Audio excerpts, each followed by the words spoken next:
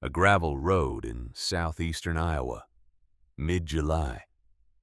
The sun pressing down on a county nobody from the city has ever heard of. A two-story farmhouse sits at the end of a dirt track.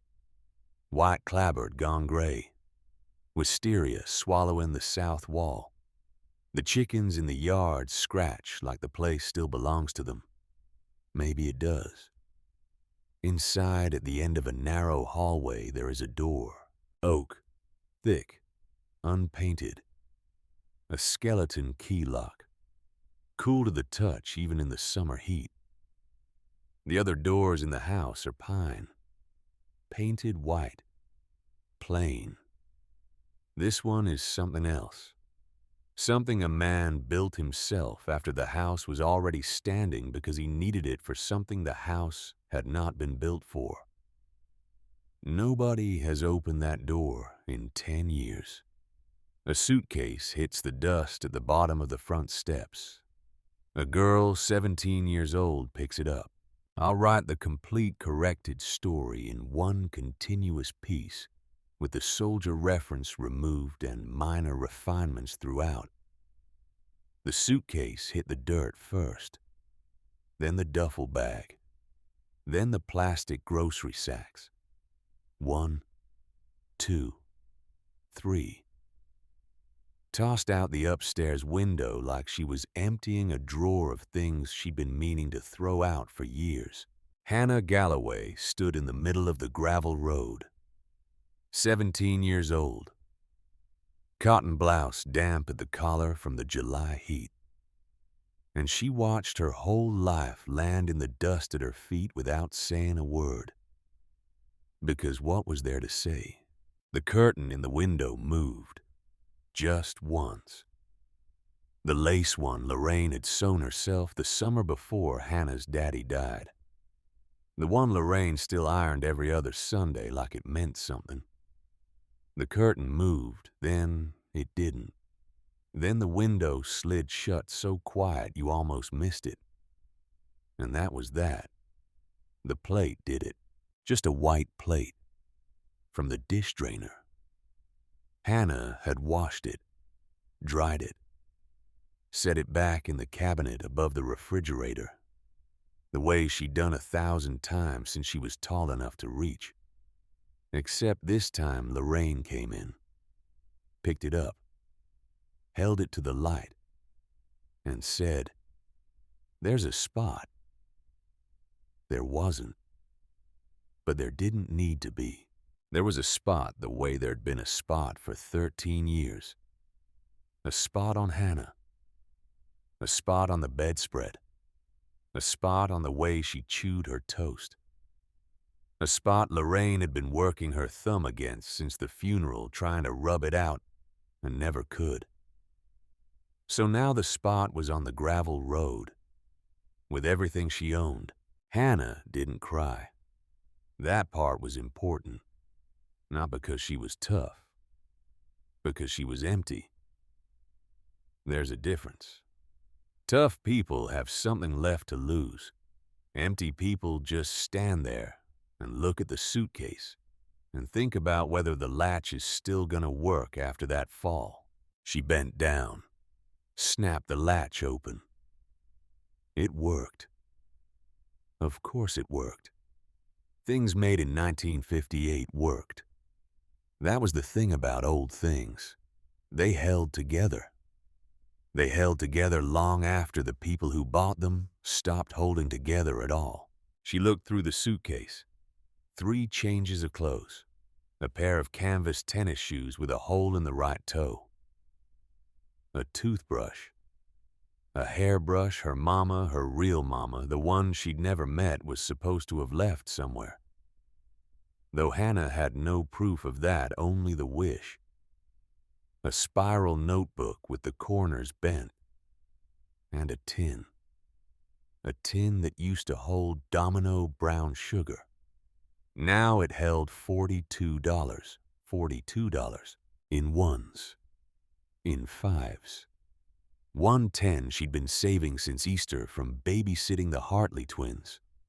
2 quarters. A nickel. $42 was everything that stood between Hannah Galloway and the rest of her life. She sat down right there in the gravel, counted it again, like the number was gonna change if she pushed it hard enough, like maybe she'd missed a 5. She hadn't. 42. She put the tin in the bottom of the suitcase under the clothes, the way her grandma had taught her when she was 7, before her grandma went off to the home in Cedar Rapids and stopped recognizing her face. Hide your money where you'd never look for it, sugar. Then no one else will either. Hannah closed the suitcase, stood up, brushed the dust off the back of her shorts, and looked at the road. To her left, the town. 3 miles back, a square, a diner, a post office. People who knew her as the Galloway girl, the one Lorraine raised after Silas passed. People who'd already made up their minds about her years ago and hadn't bothered to update the file since. To her right, the road kept going, out past the silos, past the Larson place and the McAllister place, out into country she'd ridden through on the school bus but never stopped in. Country where nobody knew her name yet. Country where the only person she'd be expected to be was whoever she decided to be that morning. She picked up the suitcase. She picked up the duffel. She picked up the plastic sacks. 1, 2, 3. And she turned right, because going left was just the slow way to dying. The sun was the kind of sun that didn't care about you. That's the only way to describe an Iowa July. It didn't care. It sat up there in a sky so blue it looked painted, and it pressed down on the top of your head like a hand belonging to somebody who'd never met you but had already decided you didn't deserve shade. Hannah walked. She passed the Larson mailbox, the McAllister mailbox, a field of corn so tall it whispered when the wind passed through and so empty of people you could have screamed and nobody would have come. She didn't scream. She walked. The plastic sacks cut into her fingers. She switched hands. Switched back. She thought about her daddy. She tried not to think about her daddy. He'd been a quiet man. That's what she remembered. Quiet. Tall. Hands that smelled like motor oil and Old Spice. He'd lifted her up to look at the moon once when she was 3 on the porch of the house Lorraine had since repainted twice to make sure no trace of him remained. And he'd said something to her about the moon and she couldn't remember the words, just the smell. Oil and Old Spice. And the way the moon had been so close she thought she could touch it. Then he was gone. A tractor turned over on him in the spring of 1960. They'd told her later when she was old enough. Some piece of equipment that should have been replaced 6 months earlier. But Silas Galloway wasn't the kind of man who replaced what he could fix. He fixed it. And then the fix didn't hold. And he was 26 years old. And she was 4. And Lorraine kept her. For appearances. Because that's what people did in 1960 in towns like theirs. They kept the dead man's child, even when the dead man's child wasn't theirs. Especially when it wasn't theirs. They kept her, and they fed her, and they bought her school clothes, and they made very sure she understood in every silence at every dinner table. That kept was the operative word. Hannah walked. The sun moved. And then she saw the sign. It was nailed to a fence post sideways, like the person who'd put it there hadn't cared whether anybody read it or not. The paint was sun-faded. The wood was warped. But the letters were still there. Farmstead for sale. Ask Earl at the general store. Hannah stopped. She looked at the sign. She looked at what was past the sign. A gate, half open, held together with baling wire. Past the gate, a track of beaten-down grass running between two rows of overgrown hedge, disappearing down toward a stand of cottonwoods. And past the cottonwoods, just barely visible, a roof, slate gray, tilted. The kind of roof that had been losing the argument with gravity for a long, long time. She stood there for a minute. Just a minute. A crow called somewhere out in the corn. She picked up her suitcase, and she walked back toward town. Earl Hodges had been behind the counter of the Hodges General Store since before Hannah was born, before Lorraine was born, before, by some accounts, the store itself was built. Though that part was probably an exaggeration, his nephew started in 1962, and Earl had never bothered to correct. He was 64, round, bald on top, with the kind of mustache that had stopped being fashionable in 1948 and was making a quiet comeback among men who didn't care about fashion. He wore a denim apron over a blue work shirt. He kept a transistor radio under the counter tuned to KMA Shenandoah for the weather, and a roll of butterscotch candies in a glass jar by the register that he handed out free to children widows and anybody who looked like they needed one. When the bell over the door jingled at 2:47 that Tuesday afternoon, Earl looked up, and he saw a girl, 17 maybe. Sweat on her forehead, dust on her shoes, carrying everything she owned in 3 sacks and a beat-up suitcase. The kind of girl who walked into his store maybe twice in his career, and never for a good reason. "Help you," Earl said. "The sign," Hannah said. "On the fence, out past the McAllister place." Earl set down the inventory sheet he'd been pretending to read. "The Mercer place," he said. "It's for sale. It's been for sale." "How long?" Earl scratched his chin. 3 years. Nobody bought it. Nobody wanted it. Hannah set her sacks down by the door. She walked to the counter. She put her hands flat on the wood the way she'd seen men do when they were about to ask for something they didn't expect to get. "How much?" she said. Earl looked at her, long. "Honey," he said, "that place isn't for somebody like you." "How much?" Earl sighed. He reached under the counter, pulled out a manila folder, opened it, closed it, opened it again. "It's complicated," he said. "Tell me." "Walter Mercer died 3 years ago. No will that we ever found. No next of kin we could locate. Place got tied up with the county. I'm the trustee on the paperwork because nobody else volunteered." He paused. "Transfer fee is $40. That's what it'd cost you to put it in your name." 40. 40. But Hannah, she didn't react to her name. He'd known her since she was small. Of course he had.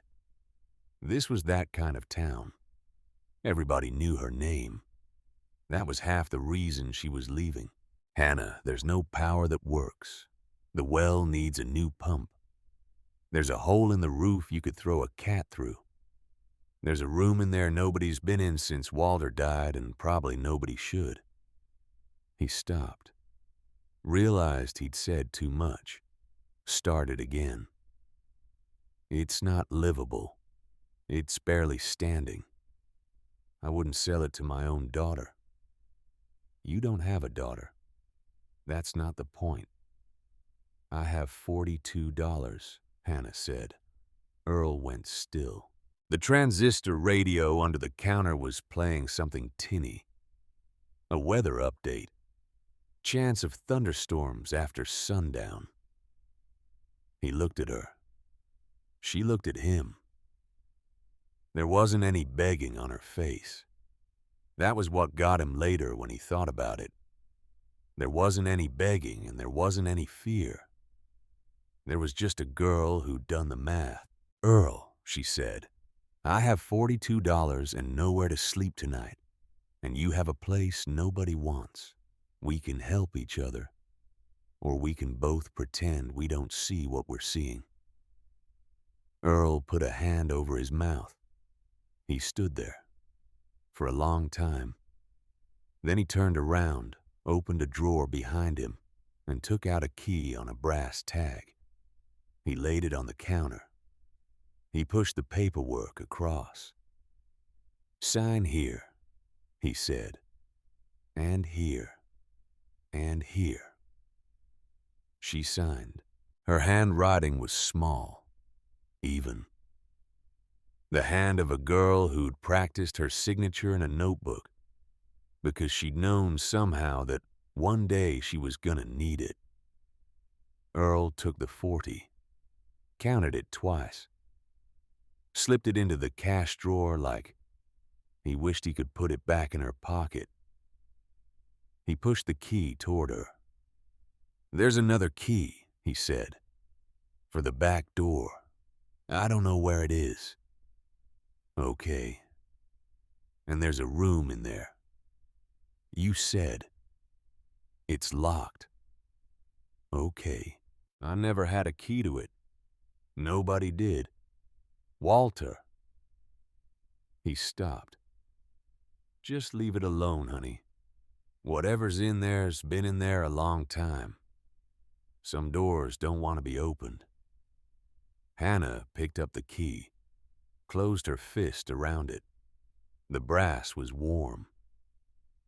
Mr. Hodges, she said. Yeah. I'd like a box of saltines, a jar of peanut butter, and a box of matches, if you'll take the $2. Earl Hodges, who had stood behind that counter for 41 years and had seen 1,000 kinds of trouble walk through his door, took off his glasses. He wiped them with the corner of his denim apron. He put them back on. I'll take $1, he said. 2. 1. Mr. Hodges. 1 Hannah. That's the price. And there's a roll of butterscotch in the jar there. Take that too. I won't have you walking out of here with nothing but crackers. She took the butterscotch. She didn't say thank you. He didn't expect her to. The bell jingled when she opened the door. The sun outside was lower now, the shadows of the corn longer. The radio behind the counter said, "Thunderstorms, definitely thunderstorms by 10. Earl watched her walk out into the heat with everything she had, and he didn't know it yet. Couldn't have known.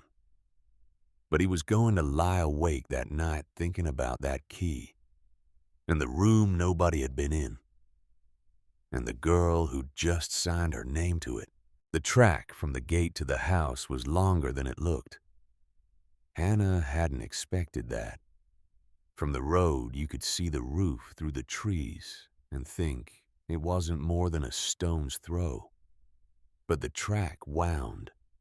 It wound around an old rock pile. It wound past a fence that had given up sometime during the Eisenhower administration. It wound down into a little gully where a creek ran shallow over white pebbles. And then it wound back up, and only then did the house come into view all at once. She stopped, because the house didn't look the way she'd pictured it. She'd pictured a shack, something fallen in. The kind of place you wouldn't put your dog in. And it was that the roof was sagging and the porch was tilted, and the wisteria had crawled up the south wall and was working on the windows like it intended to swallow the whole thing whole. But it was something else, too. It was a real house, a real true farmhouse, 2 stories. White clabbered gray now from weather. A wide porch wrapping the front and one side. A brick chimney still standing straight. A barn off to the right, smaller than the house, with the doors hanging open, and one hinge giving up. A hen house off to the left. An old orchard down the slope behind fruit trees gone wild but still in leaf. And chickens. Hannah counted them before she even set down her sacks. 7. 7 scrawny brown hens scratching in the yard like they owned the place, which Hannah supposed they did. They'd been here longer than anybody else. She set down the suitcase. The hens looked up. One of them, a Rhode Island red gone scruffy, cocked her head at Hannah like a question. "Hi," Hannah said. The hen didn't answer, but she didn't run either. Hannah climbed the porch steps. The wood gave under her weight a little. Not broken, just tired. The way old wood gets tired when nobody's walked on it in a long while. The front door was unlocked. It wasn't that anybody had left it open. It was that the door had swelled in the frame, and the latch didn't catch anymore. She pushed it. It scraped against the floor. It opened. The smell that came out was the smell of a closed house. Wood. Dust. Something like cedar from a closet somewhere. Mouse. A little. Not bad. The kind of smell you'd expect from a place that had been sealed up but not abandoned in spirit. Sealed up like a wound that's healing. She stepped inside. The front room had a stone fireplace. A rag rug bunched up in the middle faded. A horsehair sofa that nobody had sat on in years with a quilt folded across the back that was the colors of a faded sunset. A rocking chair by the window. An oil lamp on a side table. A pump organ against the far wall with the keys yellowed. Hannah stood in the middle of the room. She felt the way you feel when you walk into a house where somebody's just left. Not died. Just left. Stepped out for a minute. Set down the coffee cup. Said I'll be right back to nobody in particular. And didn't come back. She walked through the front room to the dining room table. 6 chairs, lace tablecloth so old it crumbled where she touched it. Through to the kitchen wood stove, black with rust, sink with a hand pump cabinet doors hanging open. Showing a few tin plates, a coffee can on the windowsill with a dried geranium in it. Through the kitchen to a back porch washtub on a stand clothesline, the well outside the screen door. Back through the dining room. Up the stairs. 2 bedrooms upstairs, each with an iron bed frame, each with a thin mattress that needed airing, each with a wardrobe whose door drifted open if you so much as breathed near it. Back down. And then at the end of the downstairs hallway, the door. Hannah stopped, because she had walked past it once already and not noticed. Which was the strange thing. It was a door. Just a door. Except it wasn't. The other doors in the house were pine. Painted white. Plain. The kind of doors a country carpenter put in 50 years ago and never thought about again. This door was oak. Thick. Unpainted. The kind of door you put on a strong room. The kind of door a man put in himself after the house was already built. because he needed it for something the house hadn't been built for. The hinges were iron, black, hand-forged. The knob was iron too, and below the knob, a keyhole. Old, skeleton key style, worn smooth in the middle where a thumb had pressed against it many times. Hannah set her hand on the wood. It was cool. Cooler than the rest of the wall, which didn't make any sense. The hallway was the warmest part of the house. The sun came in the back window all afternoon. The wood paneling was warm to the touch. The floorboards were warm under her feet. But the door was cool. She tried the knob. It didn't turn. Of course it didn't turn. She tried it again, pushed her shoulder against the wood. The door didn't even creak. It was solid, set in its frame like it had grown there. She stepped back. She looked at it. She thought Earl said there was a room. She thought Earl said, "Leave it alone."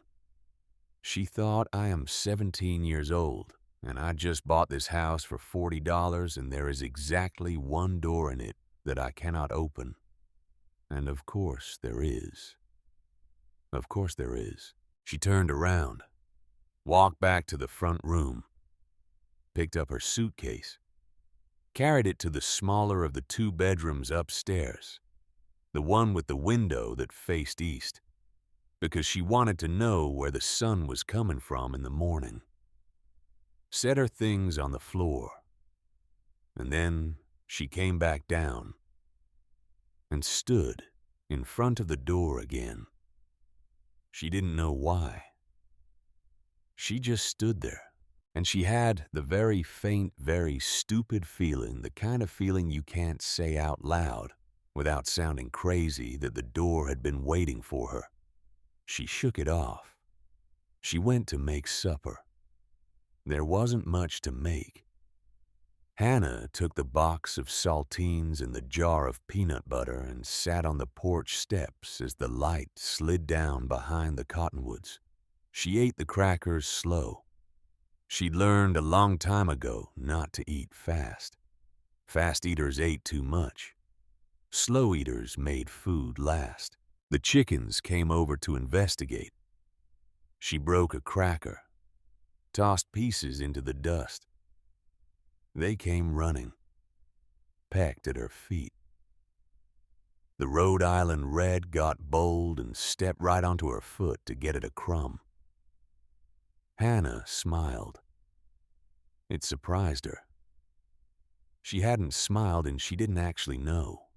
Long enough that the muscles in her cheeks felt unfamiliar, like a key turning in a lock that hadn't been used in a while. The sun went down. The sky did the thing it does in Iowa in July, when orange, went pink, went a long, slow purple. And then the first star came out, and then 1,000 more came out behind it. And the whole bowl of the sky was lit up like nothing she'd ever seen from Lorraine's backyard, where the streetlight at the corner of Elm and 3rd drowned everything out. She heard a coyote yip somewhere down by the creek. She heard the corn whisper. She heard a barn owl, maybe that ghost soft hoo. That doesn't sound like a bird at all. And she heard nothing else. Not a car. Not a TV. Not Lorraine's voice rising up the stairs about something Hannah had done or hadn't done or should have known better than to do. Nothing. It was the loudest nothing she'd ever heard. She brought her suitcase upstairs, pulled the thin mattress off the bed, and dragged it out the back door, and beat it with a broom she'd found leaning against the wood stove. Dust came out in clouds. She left it on the back porch to air. She came back inside, put the tin of money under a loose floorboard she'd noticed by the window, the way her grandma had taught her, where nobody would think to look. She washed her face at the kitchen pump, The water came up cold and clear. She'd been afraid it wouldn't. The well had held. The well had held, and the chickens were fed, and there was a roof most of one over her head. She lay down on the mattress on the back porch because it was too hot to sleep upstairs. She put her head on a folded sweater for a pillow. She stared at the stars through the screen, and she thought very clearly the first clear thought she'd had in a long time. I am alive, and I am here, and nobody can put me out tonight. She slept. She slept hard. Until the sound. It was around 3 in the morning. She didn't have a watch, but the moon was where the moon is at 3 in the morning in July, high up, small, washed out. The air had cooled. The corn had gone quiet. The sound came from inside the house. It wasn't a creak. A creak is wood settling. Hannah had grown up in an old house. She knew creaks. Creaks were friendly. Creaks were the bones of a house turning over in its sleep. This was different. It was heavier. Like something shifting. Like a chair sliding an inch across a wood floor. Like the way it sounded when Lorraine moved the kitchen table to mop under it. That kind of sound. But muffled. Behind a wall. Hannah opened her eyes. She didn't move. She listened. Nothing. Then again, that same sound. From the direction of the downstairs hallway. From the direction of the door. She sat up, slow. She thought mouse. She thought squirrel in the attic. She thought old house. Old house. Old house. But her heart was going faster than it should have. And she didn't get up because she didn't want to walk down that hallway in the dark to a door she couldn't open with nothing in her hand but a box of saltines. She lay back down. She listened. The sound didn't come again. After a long time, she slept. When she woke up, the sun was already over the eastern fence and the chickens were complaining about something. And Hannah Galloway was the owner of a farmstead in the rolling country of southeastern Iowa. And the first morning of the rest of her life had begun. She spent the morning learning the place. That's how she thought of it. Not exploring, learning. The way you learn a person. You start with the outside. You move careful. You don't pretend to know what you don't. The barn had a hayloft, and the loft had 3 bales left in it, dry and not too far gone that she could use for the chickens. A wheelbarrow with a flat tire. A handsaw rusted at the teeth but still a saw. A coil of baling wire. A bench with a vise. The henhouse had 8 nesting boxes. 6 empty, too, with eggs in them. Old eggs she could tell by floating them in a pan of water from the well later, but useful information all the same. The orchard had 4 apple trees, 2 pear, 1 cherry that the birds had been making free with. The fruit wasn't ripe yet, but it was coming. End of summer, she'd have apples enough to do something with. If she was still here. She would be still here. She'd decided.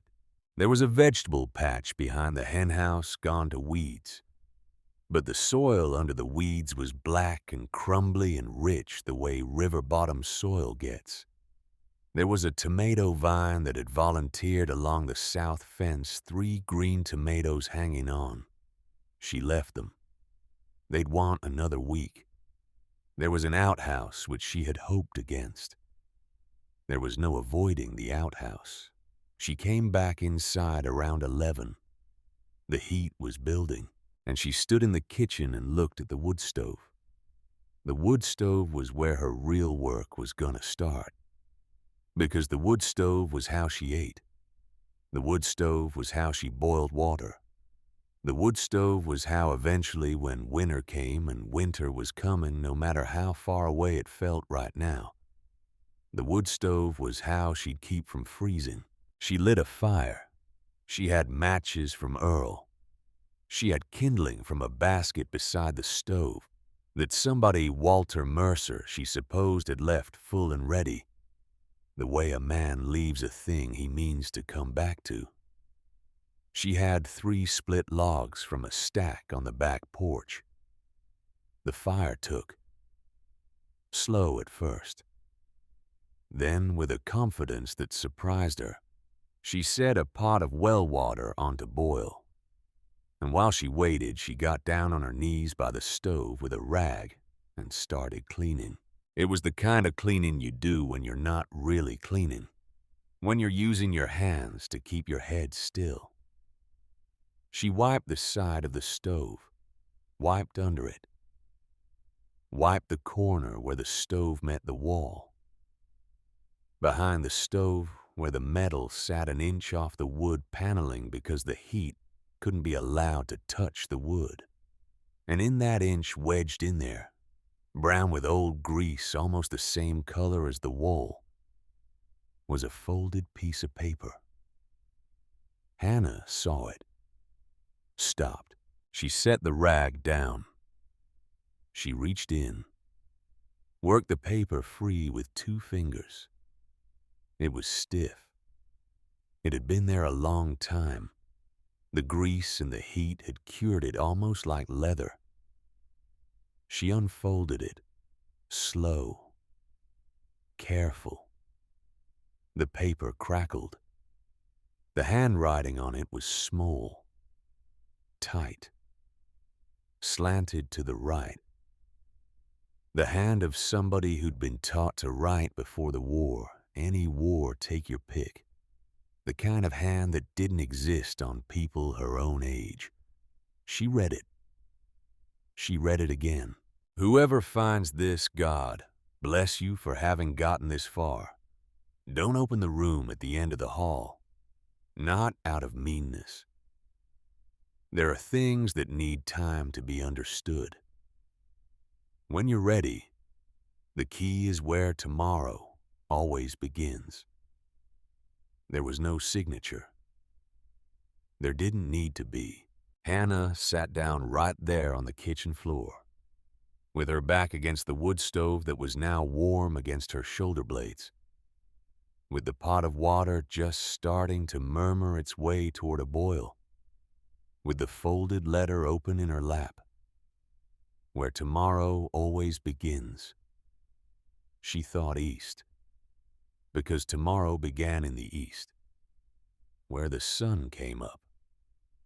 She thought that's the orchard. She thought, but there's nothing in the orchard but trees. Then she thought, not yet, and she didn't know why she thought that.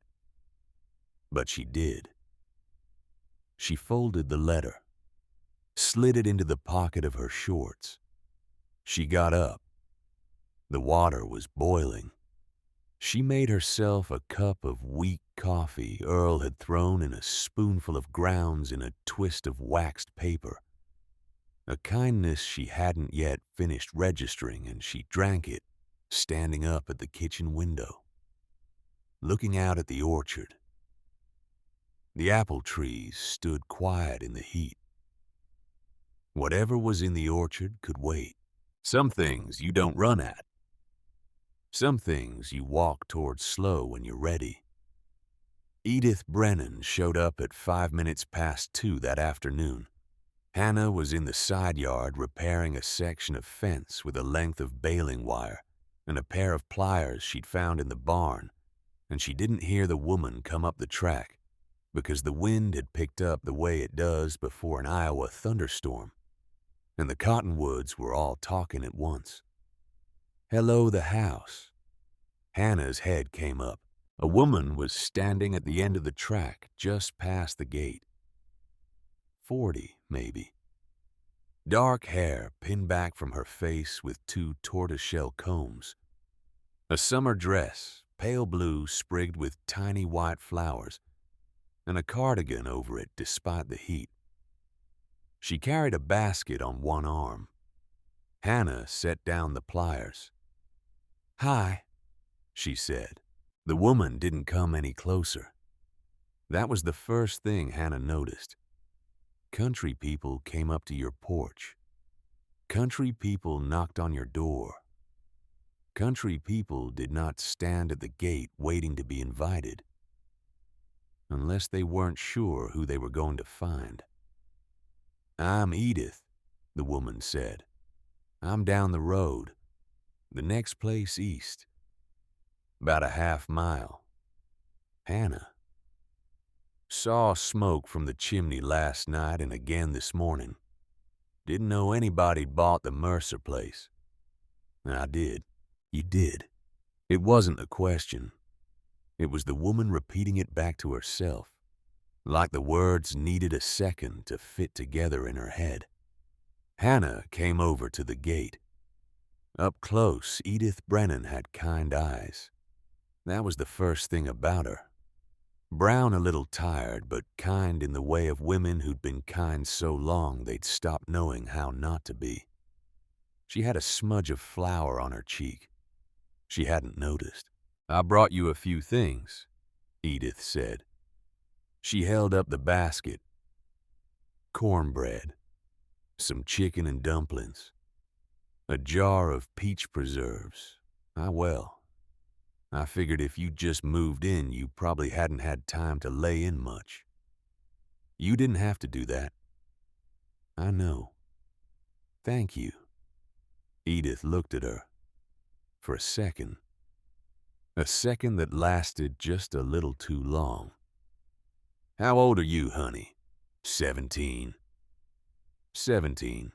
The woman closed her eyes for the briefest moment, like the number stung. Like the number explained something she'd been afraid was gonna need explaining. Then she opened her eyes and she smiled, and the smile was real, but it had a wobble in it. "Well," she said, I'll leave this by the gate here. I don't want to intrude. You're settling in. You'll have plenty to do without a neighbor underfoot." She set the basket down on the gatepost. "Mrs. Brennan," Hannah said. "Edith." "Edith. Did you know him, Mr. Mercer?" Edith's face did something. It wasn't dramatic. It was just, for half a second, the kindness slipped. And underneath the kindness was something else. Grief, maybe. Or the memory of grief. The way water under thin ice still moves even after the ice is set. "I knew Walter," she said. "Yes." "Was he good?" Edith looked at her, surprised. "Was he good?" Edith repeated. "Honey, Walter Mercer was as good a man as ever broke a plow on this stretch of road." "Why do you ask?" "Just wondering." "He was kind. He was quiet. He was sad the last few years. But he was good." "Yes." "Sad about what?" Edith hesitated. She looked at Hannah for a long moment. And Hannah saw her decide something. Saw her decide not yet. Saw the kindness come back over her face the way a curtain comes back over a window. "That's a long story," Edith said gently. "Not for the first afternoon." "All right. You'll come for supper some night. When you've got your feet under you. I'll tell you about Walter Mercer then, if you still want to hear it." "All right." Edith turned to go. Then she stopped. She turned back. "Honey," she said. What did you say your name was? Hannah. Hannah Galloway. The wind in the cottonwoods kept moving. The chickens kept scratching. The day kept doing what the day was doing. But Edith Brennan went still. It was a stillness Hannah had never seen on a grown woman's face before.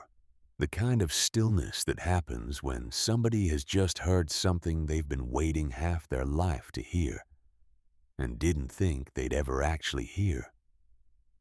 The kind of stillness that means the floor has gone out from under them, and they are deciding very fast whether they are going to fall or not. Galloway, Edith said. Yes. With 2 L's. Yes. From town. From town. Edith put a hand on the gatepost. She steadied herself. She didn't say anything for what felt like a long time. The wind moved her cardigan. The basket sat there, with its checkered cloth turning back the corner in the breeze. Then Edith Brennan said, very quiet, almost to herself, "My Lord in heaven." "Mrs. Brennan." "Edith. It's Edith." "Edith.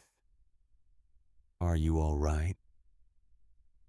The woman drew a breath, held it, let it out.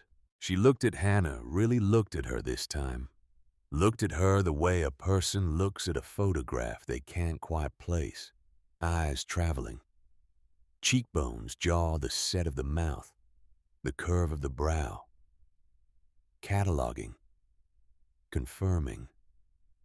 Adding things up that didn't want to add up. "Honey, I have to go." "Did I? You didn't do anything. You didn't do anything." Edith pressed her palm flat against the gatepost. She turned. She took 2 steps back the way she'd come. Then she turned again. "Hannah."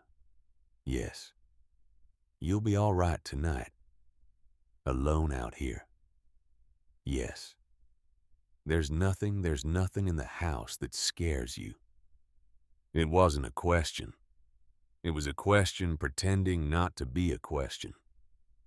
Hannah thought of the door. Hannah thought of the sound at 3 in the morning. Hannah thought of the letter folded in her pocket, and the words where tomorrow always begins, and the way Earl Hodges had said, "Leave it alone, honey." "No," Hannah said. "Nothing scares me." Edith Brennan looked at her one more time and nodded and walked away up the road without looking back. The basket stayed on the gatepost. The cornbread inside was still warm. Hannah stood at the gate for a long time after Edith was gone. The thunderstorm Earl's radio had promised was building now. The sky to the west had gone the color of an old bruise. The wind was picking the leaves up off the orchard floor and tossing them in slow circles. Somewhere far off there was that first low growl of thunder that didn't quite commit to being thunder yet. Hannah picked up the basket. She carried it inside. She set it on the kitchen table. She didn't open it. She walked down the hallway to the door. She stood in front of it. She put her hand on the wood. Cool. Always cool. And she said, not out loud, but in her head where it counted, "Who are you? Why does my name matter? What did Walter Mercer know about a girl named Galloway? What does Edith Brennan know that turned her face white as a sheet at a gate in July? What is on the other side of you?" The door didn't answer. Doors don't answer. But Hannah Galloway, 17 years old with $42 spent down to 2 and a tin in the floorboards and a fire in the wood stove, and a key from Earl on a brass tag in her pocket. Hannah Galloway understood. standing there in that hallway with the wind rising and the storm coming in, and a stranger's basket on her kitchen table, that she had not in fact bought a farm. She had bought a question, and the question had her name on it. And outside, the first heavy drops of rain hit the porch roof, and the cottonwoods bent and the chickens scurried for the henhouse. And somewhere across the orchard, a screen door slammed open in the wind, and Hannah Galloway turned away from the locked oak door at the end of the hall and went to face the storm. The room behind her stayed quiet. It had waited 10 years. It could wait one more night. The storm broke at 9. It came in the way Iowa storms come in. All at once, the wind first, then the sky cracking open in white sheets of light, then the rain. Hard, sideways, the kind of rain that didn't fall so much as get thrown. Hannah sat at the kitchen table with the oil lamp lit between her and the basket. The basket she still hadn't opened. She listened to the rain come at the windows. She listened to the wisteria slap the south wall. She listened to the chimney pull air down it in a long, low whistle that sounded almost like a voice. Almost. She thought the chickens. She thought the henhouse roof. She thought I should check. But she didn't get up, because there was a thing happening in her chest she didn't have a name for. A thing that had started when Edith Brennan said, "My Lord in heaven" at the gate. A thing that had grown the way bread grows when you leave it in a warm kitchen. Slow, but steady, and bigger than you expected. A waiting. That was what it was. A waiting. For something she didn't yet know the shape of. The lamp guttered. She trimmed the wick. She finally opened the basket. Cornbread wrapped in cheesecloth, still warm against her hand. A small clay crock of chicken and dumplings, the lid sealed with a strip of cloth. A jar of peach preserves, the wax seal perfect. The label written in a careful, slanted hand. Brennan, July 1972. A year old. From last summer. And tucked at the bottom of the basket under all of it, a rosary. Wood beads. A small brass crucifix. A note pinned to the cord with a safety pin. "Honey, take this if you want it. It belonged to someone who I think would want you to have it. E.B." Hannah held the rosary in her palm. The beads were warm. The lamp flickered again. Outside, the thunder rolled down the long bowl of the valley, and somewhere across the corn, a tree came down with a crack, like a rifle shot. And Hannah Galloway sat very still at a kitchen table that wasn't hers, and held a stranger's rosary in her hand, and did not yet understand what it meant. But she understood that it meant something. She understood that Edith Brennan had walked half a mile in a coming thunderstorm, not to bring cornbread. She had walked half a mile to bring the beads. The rain kept up most of the night. Hannah moved her mattress off the back porch, set it up in the front room near the fireplace, slept in fits.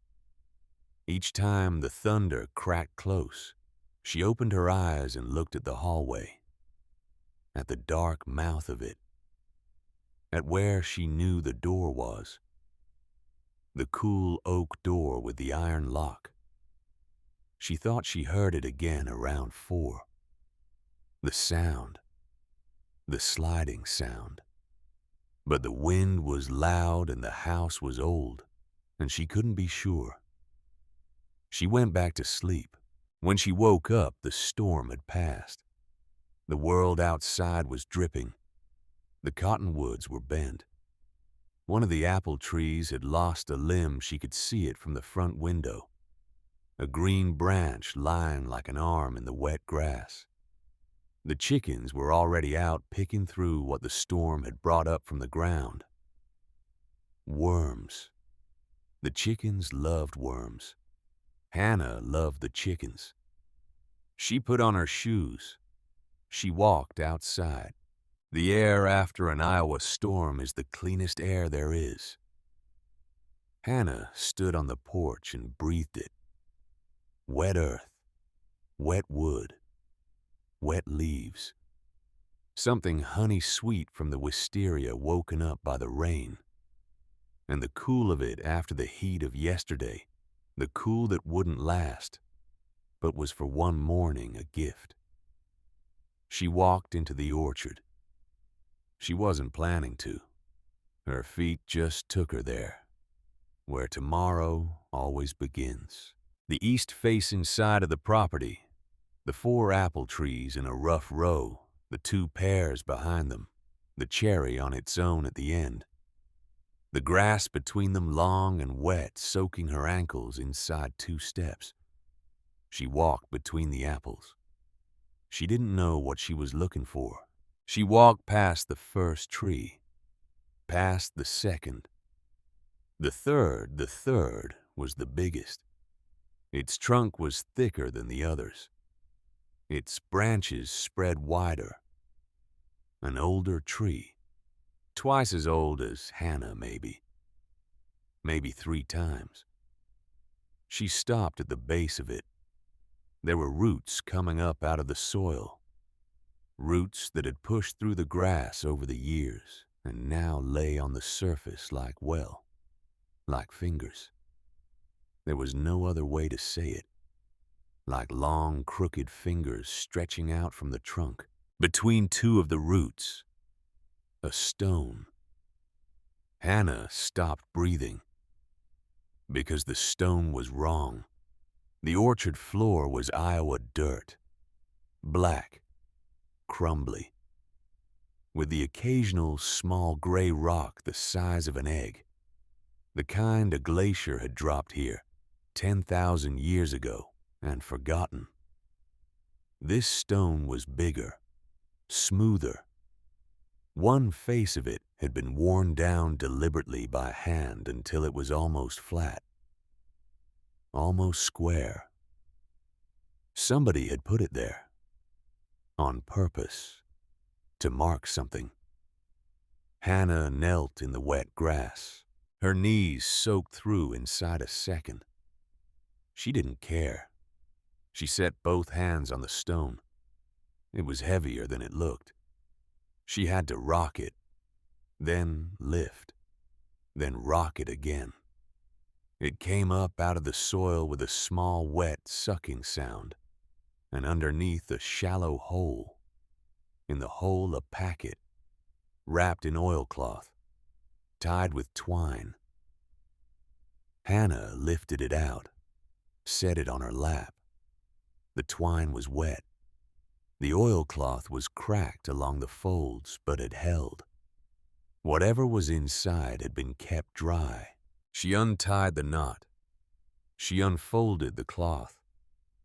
And inside the cloth, lying on a square of red velvet that had once been bright and was now the color of dried roses, a key, iron, black with age, but not rusted through. Skeleton key style. The bow at the top a simple loop. The bit at the bottom shaped to fit one specific lock and no other. The kind of key that had not been mass-produced. The kind of key that had been made by a man at a forge for a man with a particular door. Hannah held it on the flat of her palm. It was cold, like the door. She knelt there in the wet grass under the apple tree for what felt like a long time, holding the key, watching the morning sun come slanting through the orchard, watching the steam rise off the grass where the light hit it, watching a robin land on a branch above her and look down at her head cocked and then fly off. Then she stood up. She wrapped the key back in the oilcloth. She slipped it into her pocket, the same pocket that held the letter from behind the stove.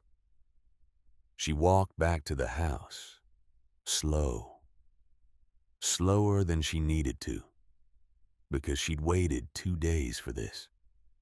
And now that it was in her pocket, a part of her wanted to wait another 2. Wanted to put the key on the kitchen table and stare at it. Wanted to make herself ready. But ready wasn't a thing you could make yourself. Ready was a thing that happened to you while you were doing something else. So Hannah Galloway walked back to her house, up the porch steps, through the front room, down the hallway, to the door. She took out the key. She slid it into the lock. It fit. Of course it fit. She turned it. The lock resisted. The mechanism inside hadn't moved in years. She had to push harder. She had to throw her shoulder a little. Then, click. The sound was small, but it filled the hallway. It filled the house. It filled the morning. Hannah stood there with her hand on the iron knob. She thought I could still walk away. She thought I could put the key back under the stone. She thought no. I couldn't. And she turned the knob, and she pushed. The door opened. Not fast. Slow. The hinges groaned the way old iron groans when it has been holding its position for 10 years. The door swung inward, and the smell that came out wasn't bad. Wasn't the smell of mold or mouse or rot. It was the smell of something put away. Of cedar. Of dried lavender. Of paper. Of a thing somebody had taken the trouble to seal up so it would last. The smell of kept. Hannah stepped inside. The room was small, smaller than she'd pictured. About 10 feet by 12. A single window on the far wall, the curtain drawn, not nailed, not boarded, just drawn. A bed against one wall, narrow, a quilt folded perfectly across the foot of it, in patches of green and yellow and faded red. A small desk by the window. A chair tucked under the desk. A bookshelf on the wall opposite the bed. A braided rug on the floor, the colors gone soft. And on every wall, pictures, photographs in frames. A pressed wildflower under glass. A 4-H ribbon blue 3rd place. A school certificate. A hand-drawn sketch of a horse done in pencil, signed in the corner in a careful, schoolgirl hand. It was a girl's room. It was somebody's daughter's room. Hannah stood in the doorway and didn't go in for almost a minute, because going in felt like walking into a church. When she finally stepped onto the rug, the floorboard underneath gave a soft creak. That was not the creak of a strange house. It was the creak a floorboard makes under a person who stepped on it 1,000 times. The wood remembered. Hannah walked to the bookshelf first. She didn't know why. Maybe because books were the safest thing. Books didn't have eyes. Books didn't watch you read them. She ran a finger along the spines. Little Women. The cover blue worn at the corners. Anne of Green Gables. Pages dog-eared. A complete set of Nancy Drew. A King James Bible, brown leather, gold-edged pages. A copy of The Yearling. A high school yearbook. Hannah pulled this one out, looked at the cover. Hawkeye Consolidated Class of 1955. 19 Ma 55. She didn't open it, not yet. She set it back. She went to the desk. There was a single drawer. Hannah pulled it open. Inside, a stack of letters tied with a ribbon, a pencil cup with 3 pencils in it, and a fountain pen with the cap on tight. A school report card. A pressed maple leaf inside a folded piece of wax paper. And an envelope. Plain. White. Slightly yellowed. No address. No stamp. Just the word. Pictures written across the front in a man's blocky hand. Hannah lifted it out. She sat down on the bed. The quilt was soft under her. Somebody had loved this quilt.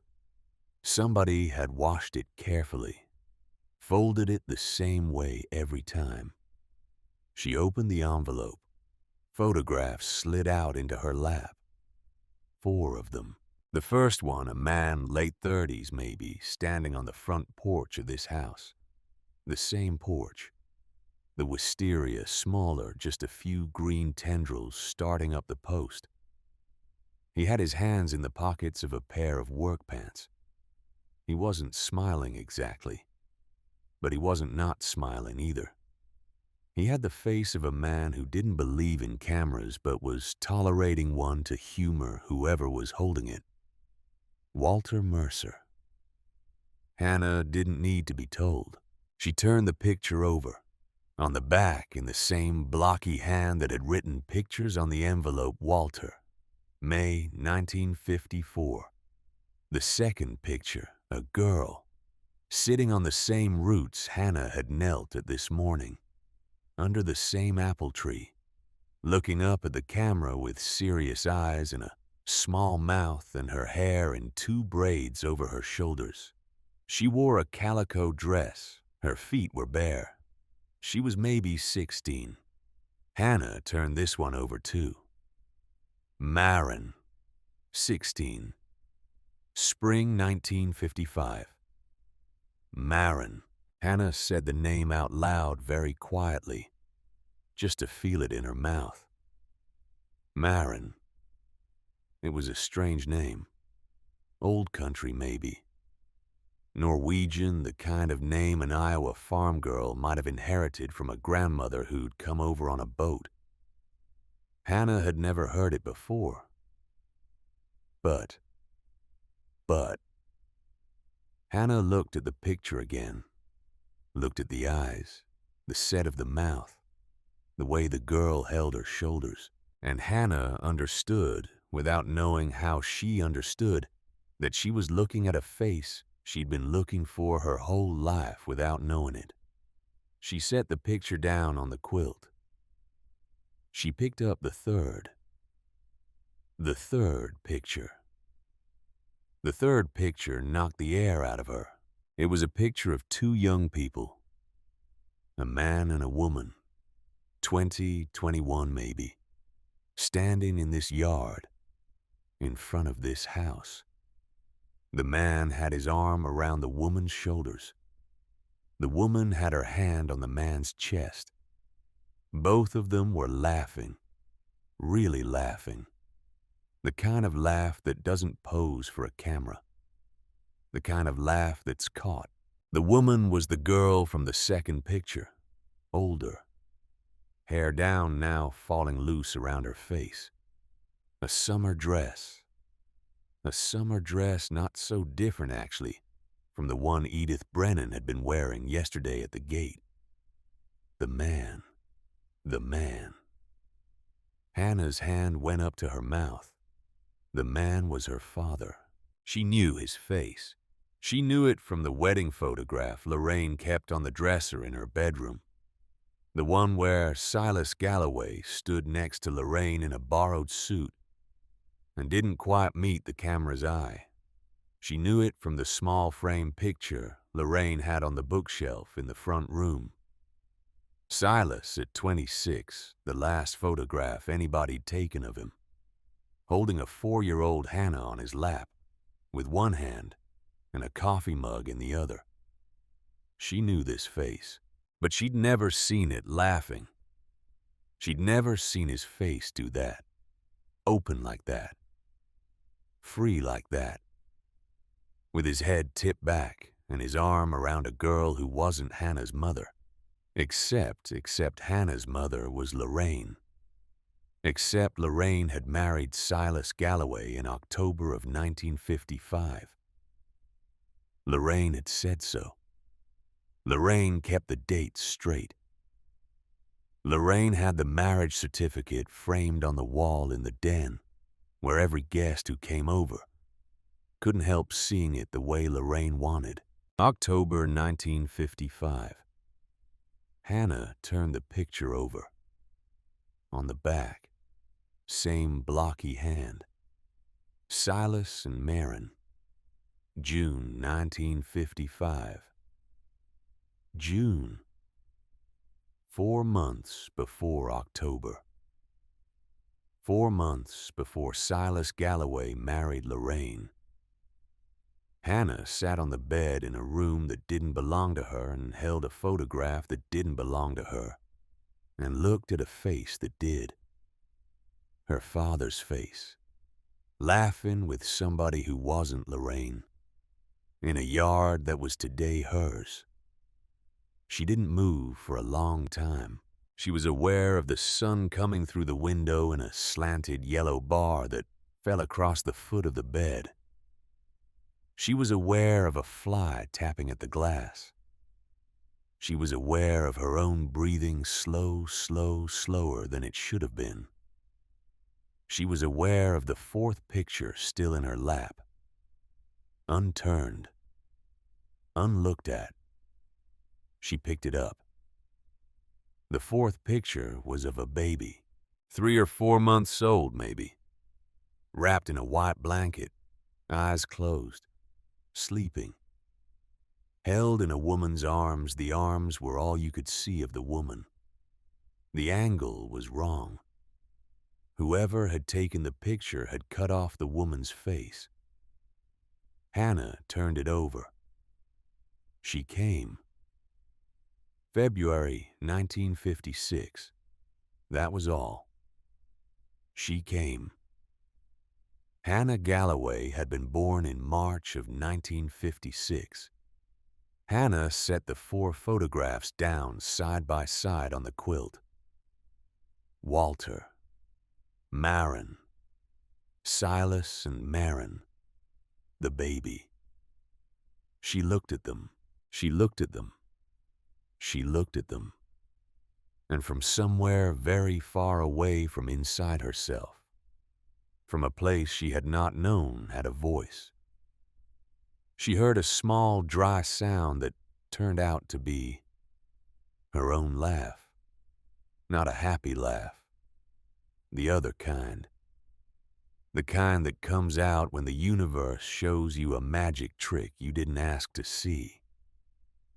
She said out loud to nobody, "Oh." Just that. Oh. Edith came back that afternoon. Hannah was on the front porch when she did, sitting on the top step. The photographs were inside on the kitchen table in a careful row. The room at the end of the hall was still open. Hannah had not closed it. She didn't think she could. She'd made coffee. She was drinking it. She was waiting. She didn't know who she was waiting for, except she knew. Edith came up the track on foot again. No basket this time, just her hands at her sides. The blue cardigan over a different dress, this one yellow. Her hair pinned the same way. Her eyes finding Hannah's the second she crested the rise. She stopped at the bottom of the porch steps. She didn't ask. She just looked. Hannah looked back. "I opened it," Hannah said. Edith nodded. Once. Slow. "May I come up?" "Yes." Edith came up the porch steps. She sat down next to Hannah, not too close. The respectful distance, the distance of a person who has known how to sit next to grief without crowding it for a long time. They sat. The chickens picked at the yard. A meadowlark called somewhere out past the fence. Her name was Marin, Hannah said. Yes. She was Walter Mercer's daughter. Yes. She and my father, Yes. Hannah turned her face away. She didn't cry. The empty thing in her chest was still there. The empty thing did not cry. It just sat inside her and absorbed information, the way dry ground absorbs rain. Greedy. Quiet. All at once. Tell me, Hannah said. Edith folded her hands in her lap. She didn't start right away. When she started, her voice was lower than it had been yesterday. The voice of a woman telling a story she told to herself 100 times in the privacy of her own kitchen and had never told to another soul. Your daddy and Marin grew up 4 miles apart on the same gravel road. They went to the same one-room schoolhouse till they were 13. They went to the consolidated high school over in town after that. They were in the same class, the class of 53. They graduated together. Were they from 16 on, honey? Yes. 16. 16. Edith looked out at the orchard. After graduation, your daddy stayed on his folks' place a year. Worked the back 40 for his daddy. Saved up. Marin stayed here helping Walter. Her mama had died when she was small, you understand. There'd been a baby brother, too. But he didn't make it past the diphtheria winter of 49. So it was just Walter and Marin after that. The two of them, out here, working this place. Hannah nodded. In the spring of 55, your daddy came over and asked Walter for Marin's hand. Walter said yes. They were going to be married that fall. October. They were going to live here. Walter was going to deed them the whole place. The two of them would work it. Have their children here, the way it was supposed to go. Edith stopped. She took a breath. Then she came up pregnant. Hannah was still. That part was a happy thing. They were going to be married anyway. It just moved the date up some was all. They were thinking about a summer wedding. Quick. Quiet. Nobody'd think much of it. People around here, they don't count months too careful when the kids are good kids. And then Lorraine. The name hung between them. Lorraine's family had the hardware store in town. Hodges Hardware, no relation to Earl, different family, married into the Galloways later. Anyway, Lorraine's people had money. Not big money. Town money. The kind of money that gets you a new dress every season and a Buick every 5 years. They were what passed for important in those days. And Lorraine, Edith hesitated. Lorraine wanted your daddy. Wanted him. Had wanted him since they were children, honey. She'd been waiting on him. And when she heard he was engaged to a farm girl out on the gravel well. Lorraine's mother was the kind of woman who didn't take well to losing. What did she do? She went and saw your daddy. Lorraine's mother. Yes, she drove out to the Galloway place one Sunday afternoon when your granddaddy and grandmama were at church and your daddy was alone fixing fence in the lower pasture. And she sat in her car at the end of the drive and waited for him to come up.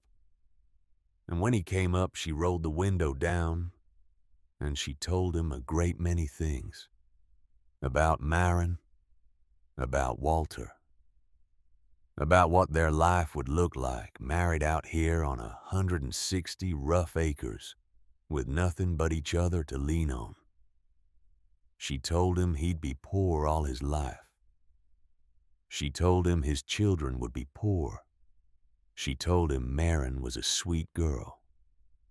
But a sweet girl wasn't a future. And she told him that Lorraine's daddy would set him up in town. Front money, a house, a start, a real start. Hannah's hands were closed in her lap, tight, tighter. And he listened. He listened. He listened to her. He was 21, honey. He'd never been off the farm. He'd never owned a suit that fit. He'd never set foot in a bank to ask for anything. And here was a woman in a Buick offering him the moon. He took it. He took it. Hannah closed her eyes. How long after, she said. How long after did he? 3 months. He told Maren in July. They were married, your daddy and Lorraine, in October. The same October he was supposed to have married Maren. Same month. Same county. Same little courthouse. I don't think any one thing in this story was worse than that. What did Maren do? Edith was quiet. She had the baby. Me. You. Right here. Walter delivered you. Old Doc Hennessy couldn't get out. The roads were a sheet of ice. Walter had midwifed his own cows for 30 years, and his hands knew what to do. And you came out screaming, and Maren held you. And she said, Hannah, just like that. Right out. Hannah. She'd had the name picked. Hannah was her grandma's name. Hannah opened her eyes. The orchard was blurring. She let it blur. She kept me, Hannah said. She kept you. For almost 2 years. 2 years. Walter helped. She worked at the diner. Some old Mrs. Beckwith ran it. Then she was good to Maren. She let her bring you in a basket and set you behind the counter while she waitressed. But, Hannah, this is a small town. And in a small town in 1956, you couldn't be what Maren was without people knowing. And people did know. And people talked. And every Sunday morning, Maren sat alone in the pew at the Methodist, with you in her arms, and watched your daddy and Lorraine sit 4 rows up with their heads bent over the same hymnal. And she went home and she didn't say a word about it to Walter. And Walter didn't say a word about it to her. And it ate her, Hannah. It ate her like a thing eats a thing, from the inside. And then, one morning in February of 1958, when you were a little under 2 years old, Maren put on her good dress. And she packed you up in your warmest things. And she drove Walter's pickup into town. And she carried you up to your daddy's front porch. The porch of the house Lorraine's daddy had bought them. And she set you down on the doormat with a note pinned to your coat. And she rang the bell. And she got back in the truck and she drove away. What did the note say? I never read it. What do you think it said? Edith looked down at her hands. I think it said, you chose your family. Here. This is your family. Hannah pressed the heels of her hands against her eyes. She didn't cry. The empty thing inside her was very full now. So full it hummed. But it did not cry. Where did she go? Hannah said. Chicago eventually. Walter heard from her a few times. Letters. She got work as a cook in a diner up there. She wrote that she was sorry. She wrote that she didn't know how to come back. She wrote that some nights she dreamed she was carrying you and woke up looking for you in the bed and didn't know where she was. Did she? Did she what, honey? Did she love me? Edith reached over. She put her hand on Hannah's knee, gently. She loved you so much it broke her sweetheart. Hannah let out a sound, a small one, not a sob. Something a step shy of a sob. The kind of sound a person makes when they have been told something they suspected was true and have spent 17 years pretending they didn't suspect. They sat together on the porch. The sun moved. The chickens scratched. Somewhere a tractor was working a field, a faint, faraway tractor putt-putting along the rim of the world. After a while, Hannah said, "My father died when I was 4. I know. Did he ever try to find her?" "I don't know, honey. I really don't. Your daddy and I, we weren't close after he married Lorraine. Nobody was. Lorraine kept him close to the house. He worked for her father at the hardware. He didn't come out this way much. And then the accident. The tractor.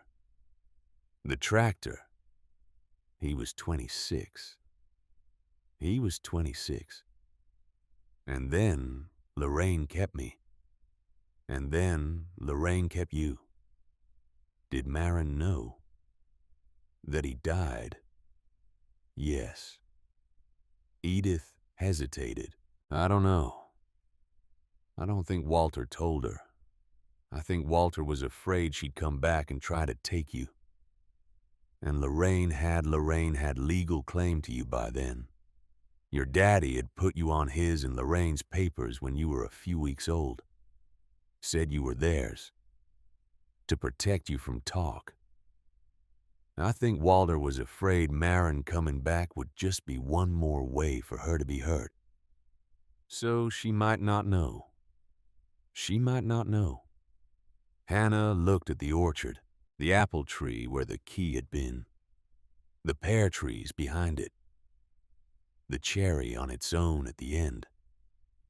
"She might not know my father is dead. That's right. She might not know I'm 17. That's right. She might not know I'm here." Edith looked at her. Edith Brennan looked at the girl on the porch step, and she said very quietly, "No, honey. She doesn't know you're here." The two of them sat there a long time after that. Edith stayed for supper. Hannah hadn't asked her to. Edith just stayed. She got up after a while and walked into Hannah's kitchen the way she'd done it 100 times before, though she'd never set foot in this kitchen in her life. And she opened the basket she'd left yesterday and she warmed the chicken and dumplings on the wood stove. She set out 2 plates. She found 2 forks. She wiped the lace cloth on the dining table with a damp rag. She turned a wildflower in a glass jar from the porch, a sprig of black-eyed Susan Hannah had cut that morning into a centerpiece. She moved around the kitchen of a dead man's daughter, as if she belonged there. And in a way, Hannah was beginning to understand she did. They ate. Hannah ate more than she'd expected. The dumplings were good. The chicken was real chicken slow-cooked, the kind that fell apart on your fork. Edith watched her eat with the satisfaction of a woman who has spent her life feeding people who needed feeding. After supper, they sat in the front room. Edith took the rocker. Hannah took the floor in front of the fireplace, even though there was no fire. The lamp between them. The light low. The house quieter now. The way old houses are quieter when there is a second person inside them. Tell me about Walter, Hannah said. Edith rocked. He was a good man. You said. He was. How did he die? In his bed. Quietly. We found him 2 days after old Hank noticed the chimney hadn't smoked. Came down and looked. He'd just gone in his sleep, Hannah. He looked peaceful. 2 days alone. 2 days alone. That's not right. No, it isn't. I'll never forgive myself for that. I'd seen him at the post office that Friday. He was tired. I should have come by Saturday. I had a peach pie I'd been meaning to bring. I didn't bring it. And he went on Saturday night, the doctor said. And I just didn't bring the pie. That's not your fault. It feels like my fault. It isn't. I know, Edith said. It still feels like it. They sat. A board creaked somewhere above them. The house settling. Friendly. Just the bones turning over. Did he ever try to find her? Hannah said. Toward the end. Edith looked at the lamp. I think he hoped she'd come on her own. I think he kept that room the way he kept it, because he believed she'd walk back through that door one day. And he wanted her things to be where she'd left them. He wanted her to know nothing had been disturbed. He wanted her to know she could come home. And she didn't. She didn't.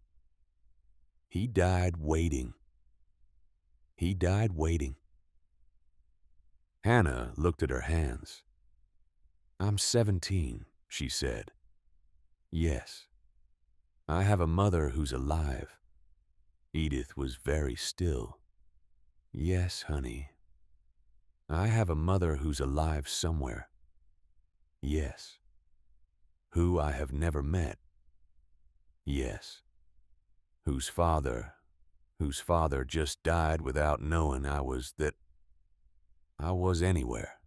Edith reached out and took Hannah's hand, and Hannah let her. He knew, honey. What? Walter knew. Walter always knew. He just didn't know where to find you. Lorraine wouldn't have let him near you. He used to drive past the schoolyard sometimes. Henry the postman told me that. He'd drive into town on a Wednesday morning when school let out for lunch, and he'd park his pickup across the street from the elementary, and he'd just sit there and watch the girls come out, looking for the one that looked like Marin. Hannah closed her hand around Edith's. He saw me. I think he saw you. And he never came up. He didn't think he had the right. Hannah did cry then. A little. Not a flood. Just a slow leak of 2 tears down her face that she didn't bother to wipe. Edith didn't say anything. Edith just held her hand. Edith was a woman who had spent her life understanding when to talk and when not to, and she did not waste words on a moment that didn't need them. After a while, Hannah said, I want to find her. I know you do. Will you help me? I will. Where do I start? Edith squeezed Hannah's hand, then let go. I have a cousin, she said.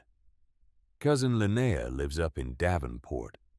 She works the records desk at the county courthouse. She has friends in Chicago. She can pull a thing or two if I ask her. She owes me 3 favors she's never gonna pay back any other way. How long will that take? A few days, honey. Maybe a week. All right. In the meantime, Edith said, you have things to do. I do. You have a place to put together? Yes, you have to be ready when she comes. The word when sat between them. Not if, when. Hannah nodded. She didn't trust her voice. Edith stood up, brushed her dress down, took the empty plates into the kitchen and washed them in the pump water in the sink. Even though Hannah said she'd do it, Edith hummed while she washed. A hymn. Hannah didn't know it, but the tune was the kind of tune that filled the kitchen, the way her grandma's humming had filled it once a long time ago in a house Hannah barely remembered. It made the house feel less empty. When Edith left, the sun was going down for the second time on Hannah Galloway's life as the owner of the Mercer farmstead, and the orchard was throwing long blue shadows toward the porch, and the wisteria smelled the way it had smelled when Hannah had walked up the drive 2 days ago, only stronger now in the cool of the evening. Edith stopped at the gate. She turned back. Hannah. Yes. That door. Yes. It's open now. I know. Things are going to start happening fast. I know. You're not alone in this. You hear me? You are not alone in this. Whatever comes next. I hear you. All right then. Edith Brennan walked away up the road in the evening light, and Hannah stood at the gate watching her go. And from inside the house behind her, through the open front door, down the hallway through the open oak door. The girl's room was quiet. Hannah went back inside. She went down the hallway. She stepped into the room. She picked up the 4 photographs from the kitchen table. She'd carried them in there during supper, set them down without thinking, and she carried them back to the room where they belonged. She put them on the desk, in a row, the way somebody had meant them to be looked at.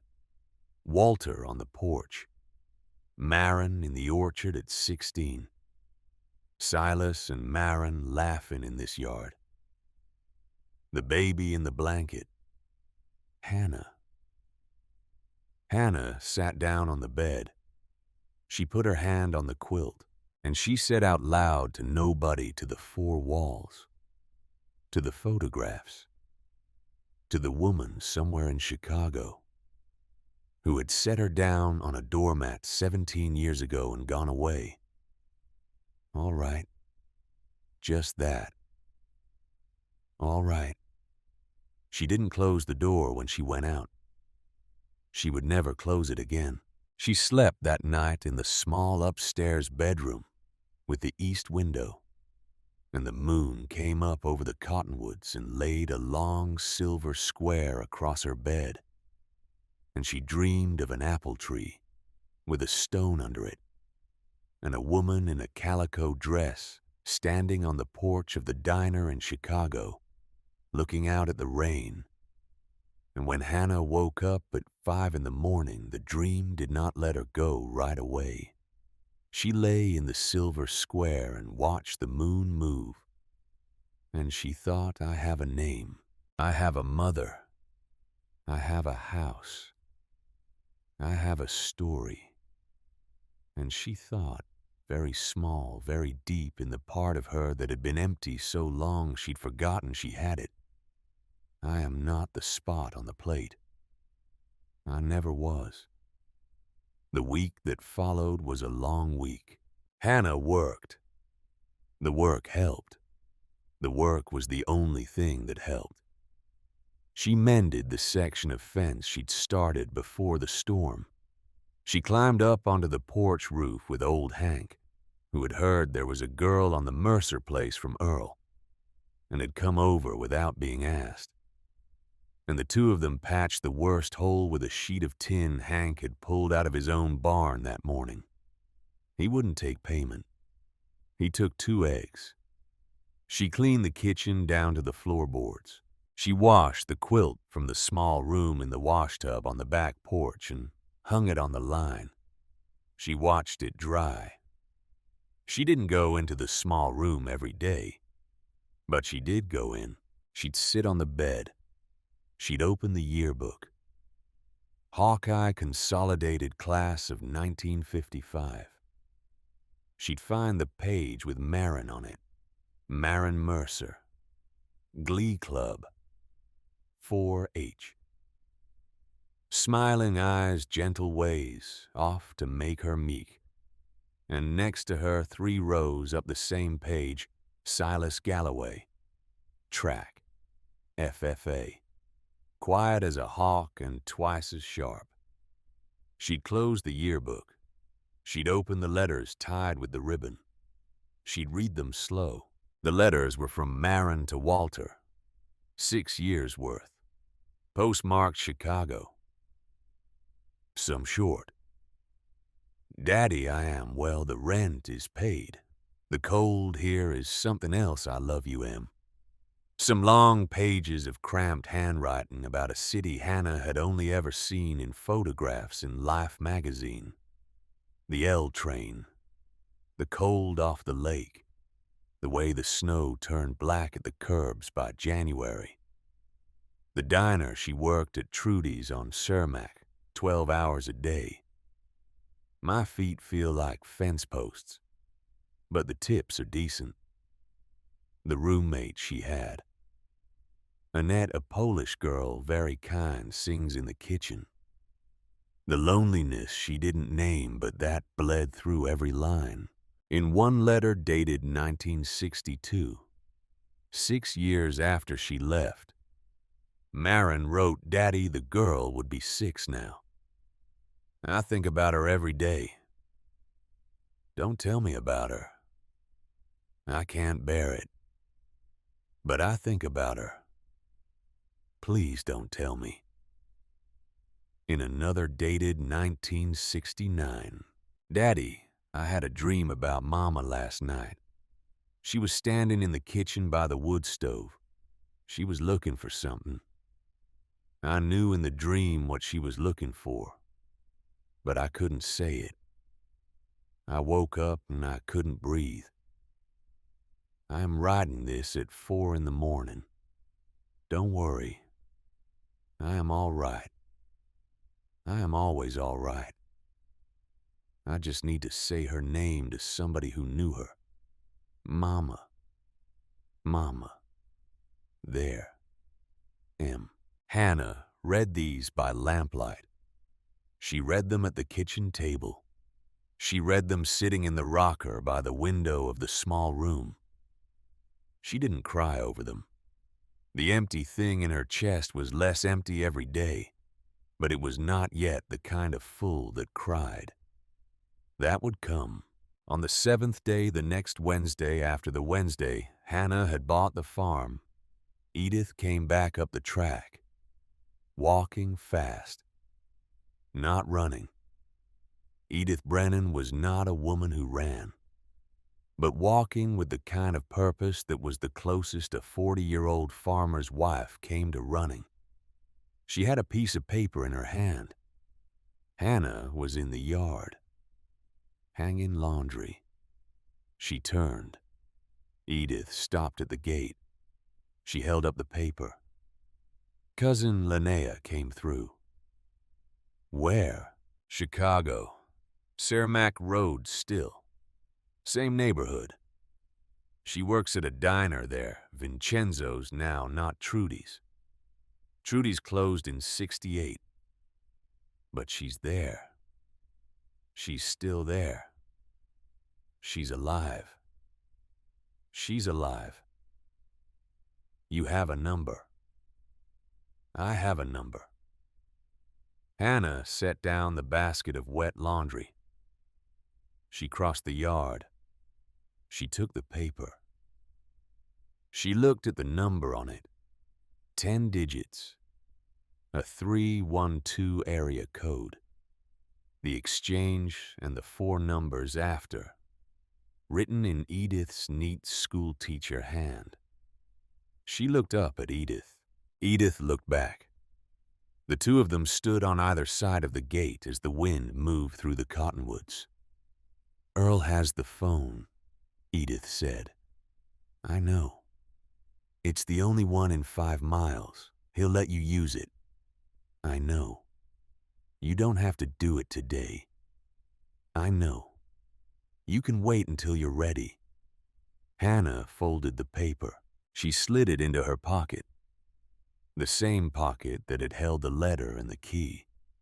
The pocket that had become somehow in the last week the place where her whole life lived. She looked at Edith. "I'm ready now." Edith nodded. She held out her hand. Hannah took it, and together the 17-year-old girl who had bought a farm for $40 and the woman who had walked half a mile in a thunderstorm to bring her a rosary, they walked down the track past the gate out onto the gravel road and turned left, toward town, toward Earl's general store, toward the only telephone in 5 miles, toward Chicago, toward Cermak Road, toward a woman named Marin Mercer, who was at that exact moment somewhere in the middle of her shift at Vincenzo's diner, wiping down a counter and not yet knowing that 17 years of silence was about to end. The bell over Earl's door jingled. Earl looked up from his inventory sheet. He took one look at Hannah Galloway's face, took one look at Edith Brennan's, and he set the pencil down, slid off the stool, walked around the counter. "Back room," he said. "Earl Ipaus for back room. There's a stool, there's a glass of water. The phone's on the wall. I'll lock the front." He didn't ask why. Earl Hodges had stood behind that counter for 41 years. He knew the look of a person about to do a hard thing. He knew it the way a farmer knows weather. He took Hannah by the elbow, gentle, like he was helping his own grandmother across ice. He walked her past the dry goods, past the seed bins, past the rack of seed catalogs, and the cabinet of cough drops and bag balm and Watkins liniment, into the back room where he kept the books and the safe, and the old church pew he used as a settee. The phone was on the wall, black, heavy, the kind with the long curly cord and the rotary dial that took half a minute to wind through 10 digits. Earl pulled the stool over. "Glass of water's right there. Edith, you stay with her or you wait out front." "I'll wait out front." Hannah started. "Honey, you don't want a witness to this. You want it just you. Trust me." Edith squeezed Hannah's hand. Edith walked out. Earl looked at Hannah. "You take all the time you need," he said. "Anybody comes to the door, they can come back tomorrow." He went out. He closed the door behind him. Hannah was alone with the phone. She sat on the stool. She took the folded paper out of her pocket, smoothed it flat on her knee, looked at the 10 digits. She picked up the receiver. She put it back down. She picked it up again. She put it down.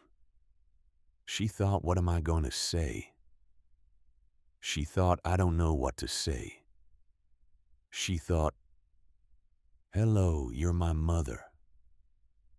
Hello, you left me. Hello, your father just died alone. Hello, I bought your house for $40. She thought, no, none of those. She thought, just dial. She picked up the receiver. The dial tone was loud in her ear. She dialed the 1, the 3, the 1. Her finger went slow around the wheel ticked back. She dialed the 2. She paused. She dialed the rest. The line clicked, clicked again, clicked a third time the way long-distance lines did in 1973, when they had to route the call through 3 different exchanges to find the one you wanted. Then it rang. Once, twice, 3 times. Hannah's heart was going so hard, she could feel it in her teeth. 4 times. A voice picked up. Vincenzo's. A man's voice. Heavy. Tired. Italian accent worn down by 30 years in Chicago. Hannah forgot how to talk. "Hello," the man said. I'm calling for Marin." "Marin who?" "Marin Mercer." A pause. "Marin Mercer, you mean Marnie?" "Yeah, hold on." The receiver clunked down on a hard surface. Far away on the other end of the line, Hannah could hear the diner. Plates being stacked. A grill hissing. Somebody laughing about something. A jukebox playing. Was that Patsy Cline? It was. Crazy. Faint. Tinny. Almost 1,000 miles away and into her ear through a wire. Footsteps. A woman's voice in the background. "Marnie, you got a call." A pause. Then footsteps coming closer. The receiver being picked up. Breath into the mouthpiece. And a woman's voice said, "This is Marnie." Hannah opened her mouth. She closed it. She opened it again. She said, and she didn't know where the words came from. They came out before she chose them. They came out the way water comes out of a pump, when the handle's been waiting long enough.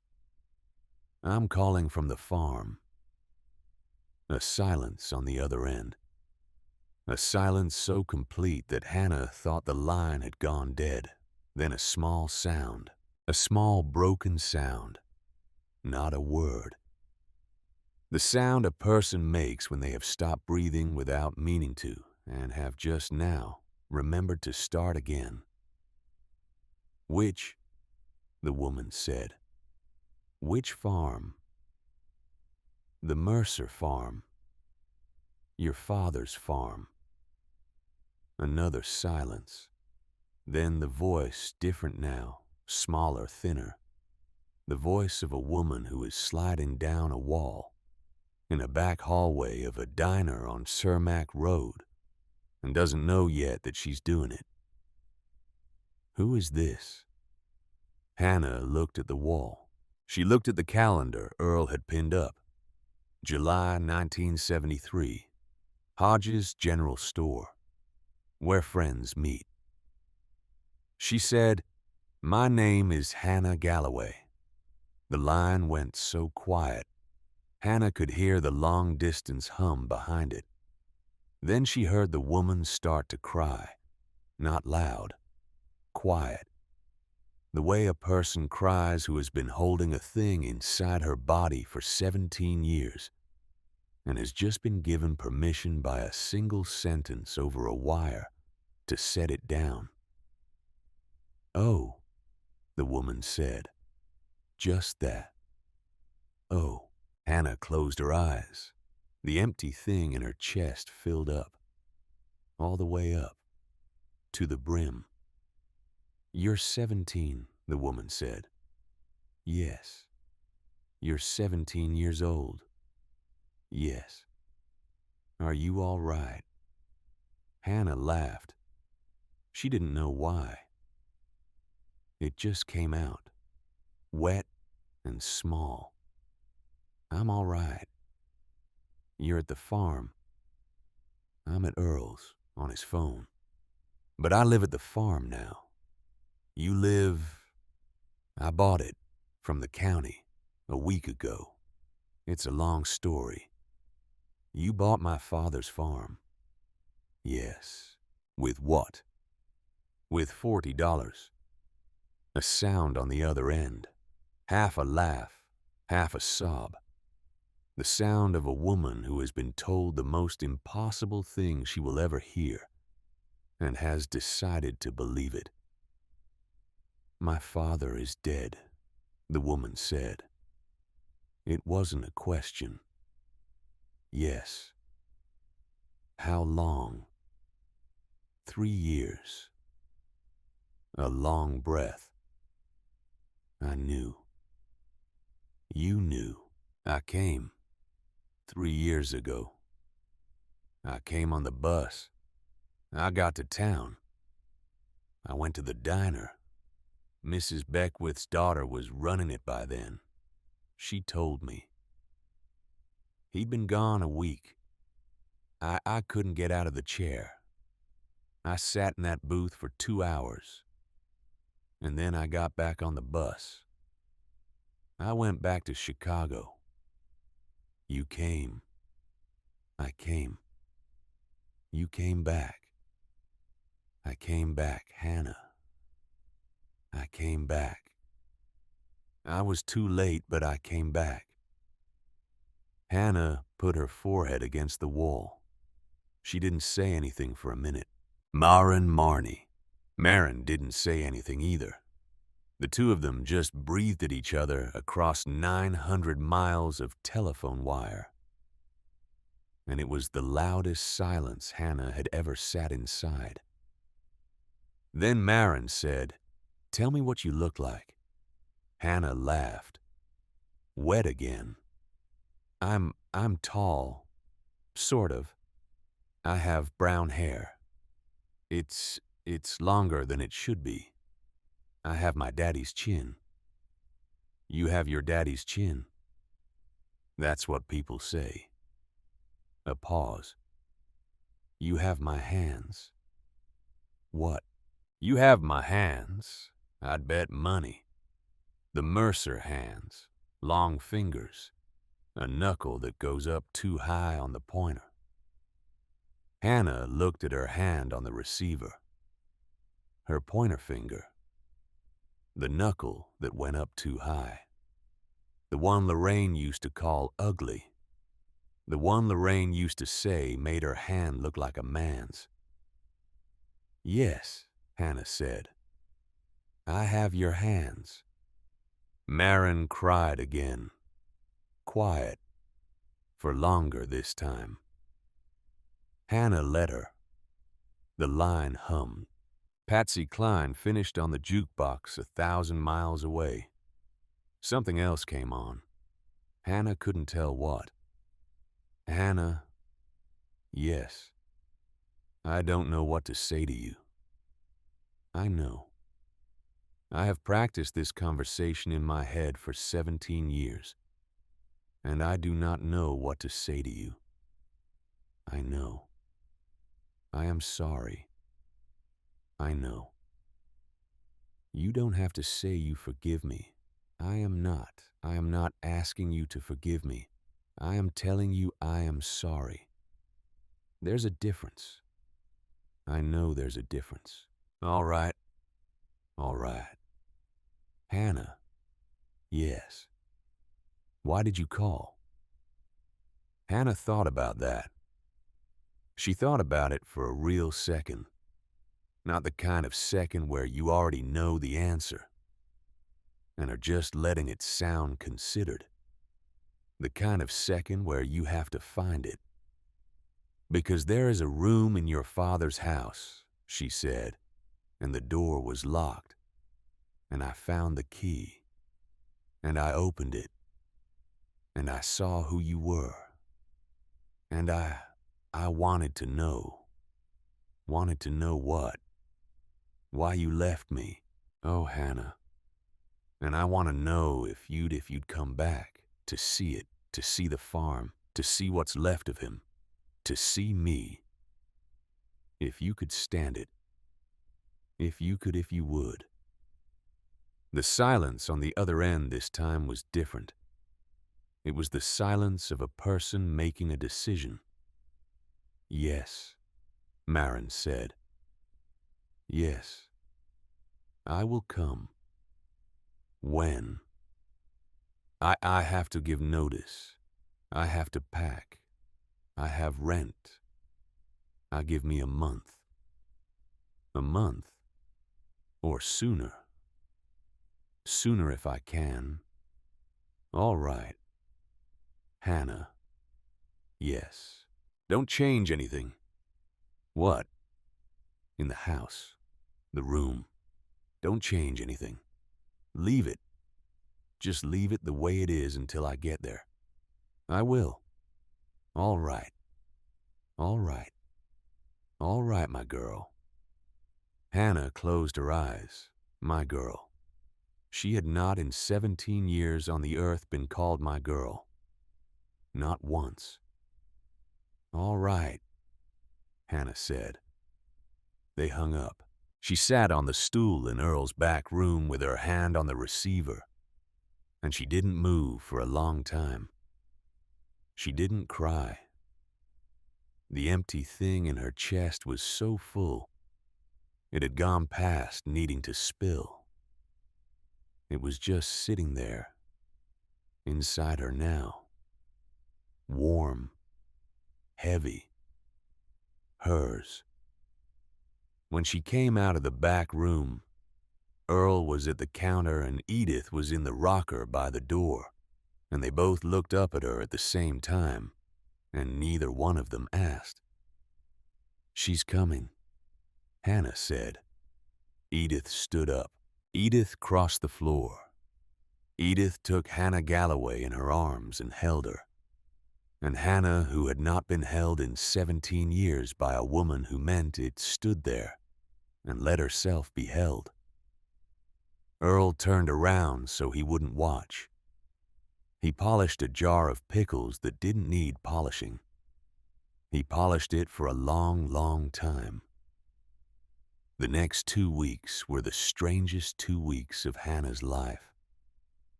Because she had a thing to wait for now.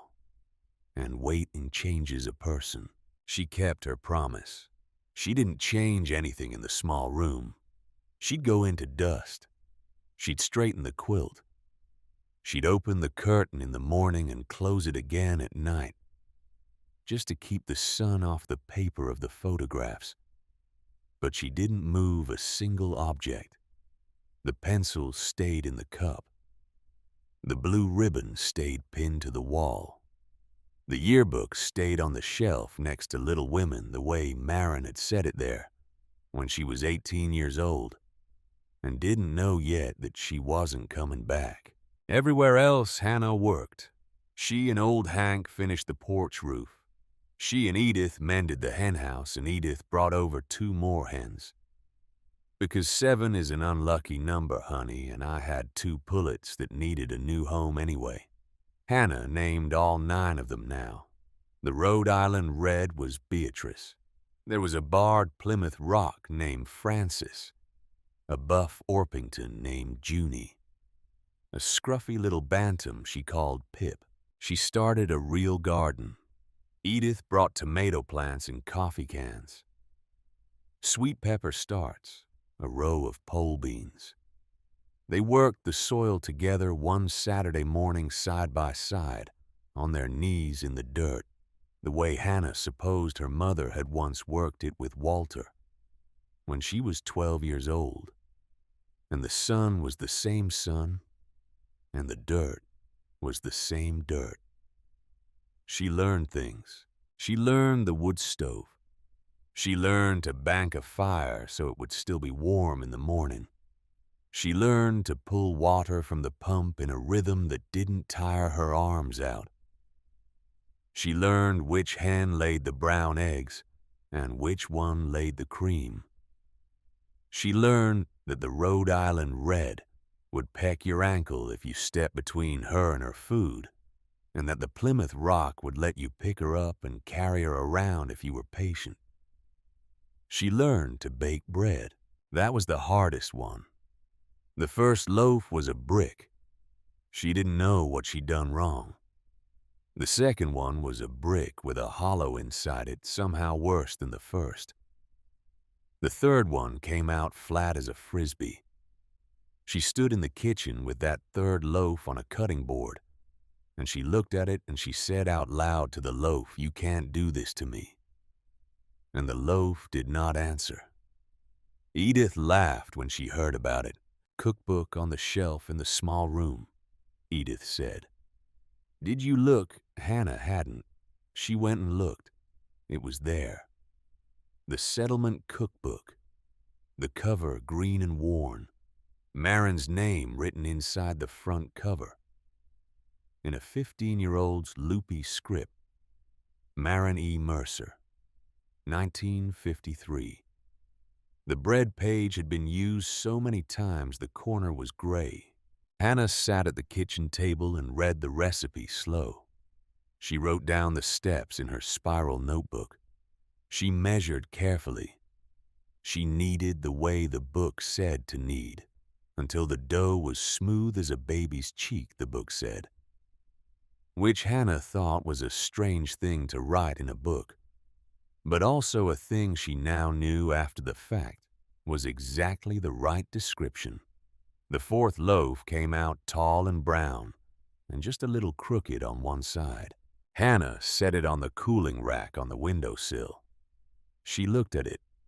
She started laughing, because it was the most beautiful crooked loaf of bread she had ever seen in her life.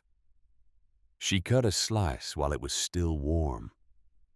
She slathered it with butter she'd churned that morning in a mason jar Edith had taught her, and she ate it standing at the window, looking out at the orchard, and it was the best thing she'd ever eaten. And she thought, wait till she sees this. Wait till my mother sees this. She went to church with Edith that Sunday. She'd never been to church. Lorraine had not been a church-going woman. Lorraine had been a went when people were watching woman, which was different. Hannah had been to weddings and funerals. She had never been to a Sunday service. Edith picked her up in the Brennan's Chevy pickup at 9:30. Hannah wore the only dress she owned that didn't have a stain on it. A green cotton shirtwaist she'd had since the 8th grade, and that hit her now an inch above the knee, which she suspected was scandalous but had no way to ask about. Edith looked at her in the truck and didn't say anything about the dress. Edith just patted her knee and said, "You look real nice, honey." And Hannah understood that Edith was the kind of woman who would never make a person feel bad about a dress. The church was a whiteboard building with a steeple set back from the road in a grove of oaks. Methodist. Established 1879 according to the sign. 40 cars in the gravel lot. Edith parked at the back. Hannah walked in beside her. Heads turned, not unkindly, just curious, the way heads turn in a small Iowa church when a new face appears in the pew. Eyes finding her, eyes finding Edith, eyes adding things up, eyes putting the pieces together. The Galloway girl, out at the Mercer place, with Edith Brennan. Well, well, well. Hannah felt the eyes. Hannah did not look away. She sat next to Edith in the third pew from the back. She stood when Edith stood. She sat when Edith sat. She held the hymnal Edith handed her, and she found her place by following Edith's finger. And when the congregation sang, she didn't sing. She didn't know the songs, but she listened. The hymn was in the garden. I come to the garden alone while the dew is still on the roses. A woman 2 pews up sang the high harmony. A man somewhere behind them had a bass voice that vibrated in Hannah's sternum. Edith hummed, didn't quite sing, but hummed. Hannah looked at her own hands holding the hymnal. Her mother's hands. The knuckle that went up too high. And in the quiet of that white-walled country church with the sun coming in through the south window, and lighting up the dust in the air. And a woman 2 pews up singing the harmony Hannah Galloway thought, I am part of something. I have been part of something my whole life, and didn't know it. She didn't cry. The empty thing in her chest stayed full and warm. But she came close. After the service, the preacher's wife, a tall woman named Mrs. Halverson with reading glasses on a chain, came over to introduce herself, and Edith introduced Hannah, and Mrs. Halverson took Hannah's hand in both of hers and said, We are so glad to have you, honey. You come back next Sunday now, and meant it. Edith drove her home. She left the truck running at the gate. Thank you, Hannah said. For what? For all of it. Edith looked at her. Honey, she said, it's not a favor. It's just what people do. She drove off. Hannah stood at the gate and watched the dust settle and thought, no, it's not just what people do. It's what some people do. And I have spent 17 years with people who didn't. She walked up to her house. She made herself a cup of coffee. She sat on the porch, and she watched a hawk turn slow circles over the corn. The letter came on a Tuesday. It wasn't from Marin. It was from Lorraine. Earl drove it out himself. He pulled up to the gate in his truck around 4 in the afternoon. Hannah was hauling water from the pump to the garden. She set the bucket down. She walked over. Earl was holding a plain white envelope. His face was the face of a man delivering news he didn't want to deliver. Brought this by hand, he said. Postman gave it to me at the store this morning. I figured. He didn't finish the sentence. He didn't have to. The handwriting on the envelope was Lorraine Galloway's. Hannah looked at it. She looked at Earl. Thank you, she said. You don't have to read it today. I know. You don't have to read it ever. I know. I'll wait at the gate. You want me to? Earl. No, thank you. I'm all right. He drove off. Hannah carried the envelope back up to the porch. She sat down in the rocker. She held the envelope on her lap for a long time before she opened it. Inside was a single sheet of folded paper. Lorraine's handwriting, spidery. The kind of handwriting that pretended to be cultured and almost made it. Hannah, I need to come and see you. There are things I need to say. I don't expect you to want to see me. I don't expect anything. But I am asking. Wednesday afternoon. If you don't write back to say no, I'll come. L. Hannah read it. Hannah read it again. She did not write back to say no. She did not write back at all. She just folded the letter, put it inside the spiral notebook, closed the notebook, set it on the porch rail, and went back to the pump. Wednesday came. Lorraine's car came up the track at 2 o'clock. Hannah heard it before she saw it. The Buick's engine. The same one Lorraine had been driving for 9 years. Lorraine never bought a new car. Lorraine bought one car and held onto it the way she held onto a grudge. Hannah was in the kitchen. She was kneading dough. She didn't go out to meet the car. She heard the engine cut. She heard the door open, close. She heard footsteps on the gravel. Slow. Slower than Lorraine usually walked. The footsteps came up the porch. There was a pause. Then a knock. Hannah set the dough down. She wiped her hands on the apron Edith had given her. She walked into the front room. Through the screen door, she could see Lorraine. Lorraine was different. She wasn't done up the way she'd always been done up. The hair wasn't perfectly set. The lipstick wasn't on. She was wearing a plain navy dress and flat shoes, and she had a wooden box in her hands about the size of a shoebox with a lid. She looked smaller than Hannah remembered. Smaller. And older and tired in a way Hannah had never seen her tired. Hannah opened the screen door. She did not invite Lorraine in. Lorraine did not ask to come in. Lorraine stood on the porch and held the wooden box and looked at Hannah. And her face did a thing Hannah had never seen Lorraine's face do. It cracked. Not all at once. Just at the corners. "Hannah," Lorraine said. "Lorraine, may I? You can sit on the step."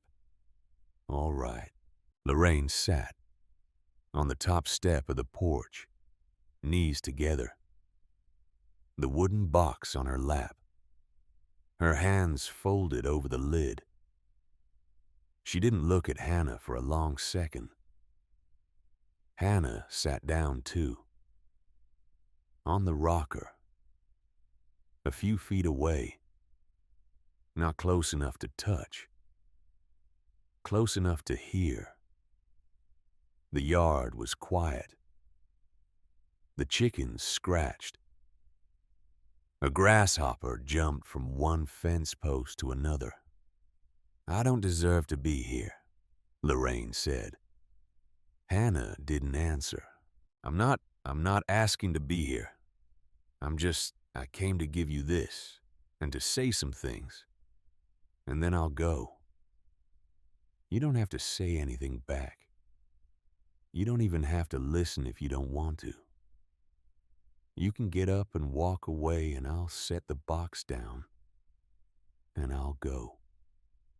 I'll listen." Lorraine looked up. She looked at Hannah. The cracks at the corners of her face got wider. "All right," she said. "All right. Thank you."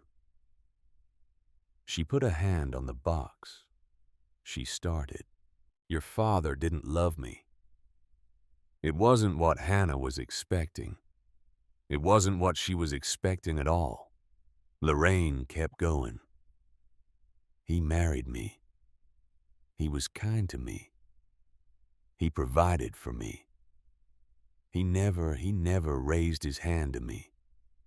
He never raised his voice. He was a good husband in every way that a man can be a good husband, except the one that mattered. He didn't love me. He loved her. He always loved her.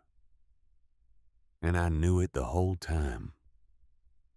Hannah was very still. "I knew it the night of our wedding. I knew it the morning after. I knew it every Sunday at church when she sat in the back row with you in her arms. And he wouldn't look at her and she wouldn't look at him. And the whole back of my neck was on fire. Because everybody in that church knew it too. I knew it every time he came home late from the store and I asked where he'd been and he said just driving. And I knew he had driven past her father's farm on the gravel road. Just driven past just to look at the lights in the windows." Lorraine's hands were tight on the box. "And then she left. And then she left. And she left you. She left me. On our doorstep. On our doorstep. And Lorraine stopped. She took a breath. "And I should have loved you. I should have. You were a baby. You didn't choose any of it. You didn't choose to be born. You didn't choose to be left. You didn't choose to look exactly like her. You didn't choose any of it. And I should have looked at you and seen a child who needed loving, and I should have loved you. That was the only right thing to do. That was the only thing. She stopped. She closed her eyes. But every time I looked at you, I saw her. Hannah didn't move. Every time, every single time. For 13 years, I saw her. In your eyes. In the way you held a fork. In your hair when it was wet. In the way you stood at the screen door looking out at the rain when you were 6 years old. I saw her and I could not. I could not get past it. I tried. Hannah, I want you to know. I tried. But it was like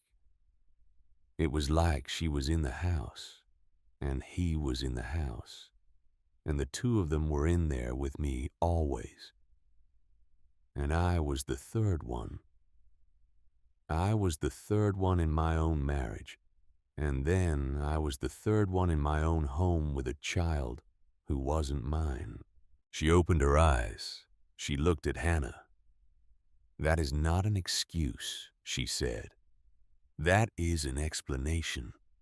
There is a difference. I want you to know there is a difference. I am not asking you to forgive me. I have not earned forgiveness, and I am not going to pretend I have. I am telling you why. Because you deserve to know why. Hannah looked at her hands. Her mother's hands. The knuckle that went up too high. The hands Lorraine had once told her were ugly. You took it out on me, Hannah said. Yes.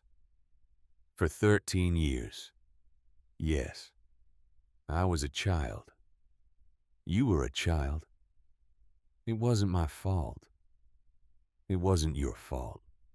It was never your fault. It was never one single thing your fault. You threw me out over a plate. I threw you out over a plate. Yes, I think I had been looking for a reason for 13 years. Any reason. I think I was so afraid you'd grow up and become her and leave me too that I tried to make you leave first, before you could choose to. Hannah felt the corner of her mouth do something that wasn't a smile. That's the saddest thing I've ever heard, she said. Lorraine nodded. Slow. I know. And it's no excuse. I know. And I don't know what to do with it. I know. The two of them sat on the porch and the chickens scratched. After a while, Lorraine slid the wooden box across the porch boards toward Hannah. What is it? Open it. Hannah opened it. Inside the box, letters. 40, maybe 50 letters. Tied in 3 bundles with white string. The handwriting on the top one was the same handwriting Hannah had seen in Marin's letters to Walter. The slanted, careful schoolgirl hand. Hannah looked up. These are her letters to him. To your daddy. She wrote them after she left. After you. She wrote dozens of them. Some of them have stamps. Some of them don't. Some of them she sent. Some of them I think she wrote and never sent. I don't know how she got the unsent ones to him. Maybe she gave them to Walter and Walter gave them to your daddy. I don't know. I found them after your daddy died. In the bottom of his toolbox. I have had them for 13 years. You read them. I read them. Every one. Twice. 3 times. I've read them more times than I can count. Why? Because I was punishing myself. and because some part of me wanted to know what he had felt, what she had felt, what I wasn't. You kept them from me. I kept them from you. For 13 years. For 13 years. I had a right to these. You had a right to these. I am bringing them now because I heard from Earl that you've been making a home out here. And I heard from somebody at church that Edith Brennan has been seen up at the Mercer place. And I knew the moment Earl told me you'd bought it. I knew you would find out. I knew you'd find her, and I thought at least let me give her this. At least let me put this in her hands before she has to ask for it. Hannah ran her thumb along the top bundle. The string was yellowed. You should have given me these years ago. Yes. You should have told me about her years ago. Yes. Do you understand what you did? Yes. Do you? Hannah, I have understood it for years. I've understood it every day. I've understood it every time I looked at you and pretended I hadn't. I am asking you to understand that understanding it did not make me able to fix it. That's the thing nobody tells you about being wrong. Sometimes you know you're wrong, and you cannot by yourself stop being wrong. I needed help. I never asked for help. There is nobody to blame for that but me. Hannah closed the box. She set it down on the porch. She looked out at the orchard. The wind was moving in the leaves. The apple tree where the key had been was just a green shape against the blue. Lorraine, yes, I am not going to forgive you today. I am not asking you to. I might forgive you someday. I don't know. That is more than I came expecting. But I want you to know something. Yes, I would not have grown up to leave you. Lorraine put her hand to her mouth. I would not have, Hannah said. I would have stayed. I would have been a good daughter. I would have been your daughter. If you had let me. Lorraine made a sound. A small, wrecked sound. She stood up. She turned away from Hannah. She walked to the porch railing and put both hands on it, and bent her head, and her shoulders moved up and down for a minute, and Hannah did not get up. Hannah did not go to her. Hannah sat in the rocker and watched. After a minute, Lorraine straightened. She wiped her face with the heel of her hand. She turned back. I'm going to go now. All right. Can I come back sometime? Not soon, not to push, just sometime. Hannah considered. She did not answer right away. She thought about a girl on a doormat in February. She thought about 13 years of plates with no spots. She thought about a woman in a navy dress who had carried a box of letters across a porch. Write to me first, Hannah said. Don't just come. I'll write. All right. All right. Lorraine walked down the porch steps. She stopped at the bottom. She turned. Hannah. Yes. She was a good girl. Marin. She was a good girl. I never said that out loud in 17 years. I'm saying it now. I am saying it where she can't hear it, but I am saying it. She was a good girl, and your daddy never deserved her. And neither did I. Hannah didn't answer. She didn't trust her voice. Lorraine walked to her car. She got in. She drove away. The dust on the track settled. The chickens scratched. Hannah sat on the porch and looked at the wooden box for a long, long time. And then she opened it, and she read the letters. She read them all. She started just after supper, and she didn't stop until the moon was up over the cottonwoods and the lamp on the kitchen table had been refilled twice. She read the ones with stamps and the ones without. She read the ones Marin had written 6 months after leaving Silas. I do not know how I will live with this. And the ones from 2 years later, Silas. She would be walking now. Isn't that strange to think? And the ones from 6 years out. Silas, I dreamed about you last night. And I woke up and I was so angry. I have been so angry at you for so long. I do not know what to do with this anger. I do not know where to put it down. She read the last one, dated September 1960, 5 months after Silas Galloway died in a tractor accident in a back pasture in Iowa. A letter Marin had written not knowing he was dead. Silas, I'm thinking about coming back. Not to take her. Not to undo any of it. Just to see her once. From across a street, maybe. I would not even need to talk to her. I would just need to know she is real.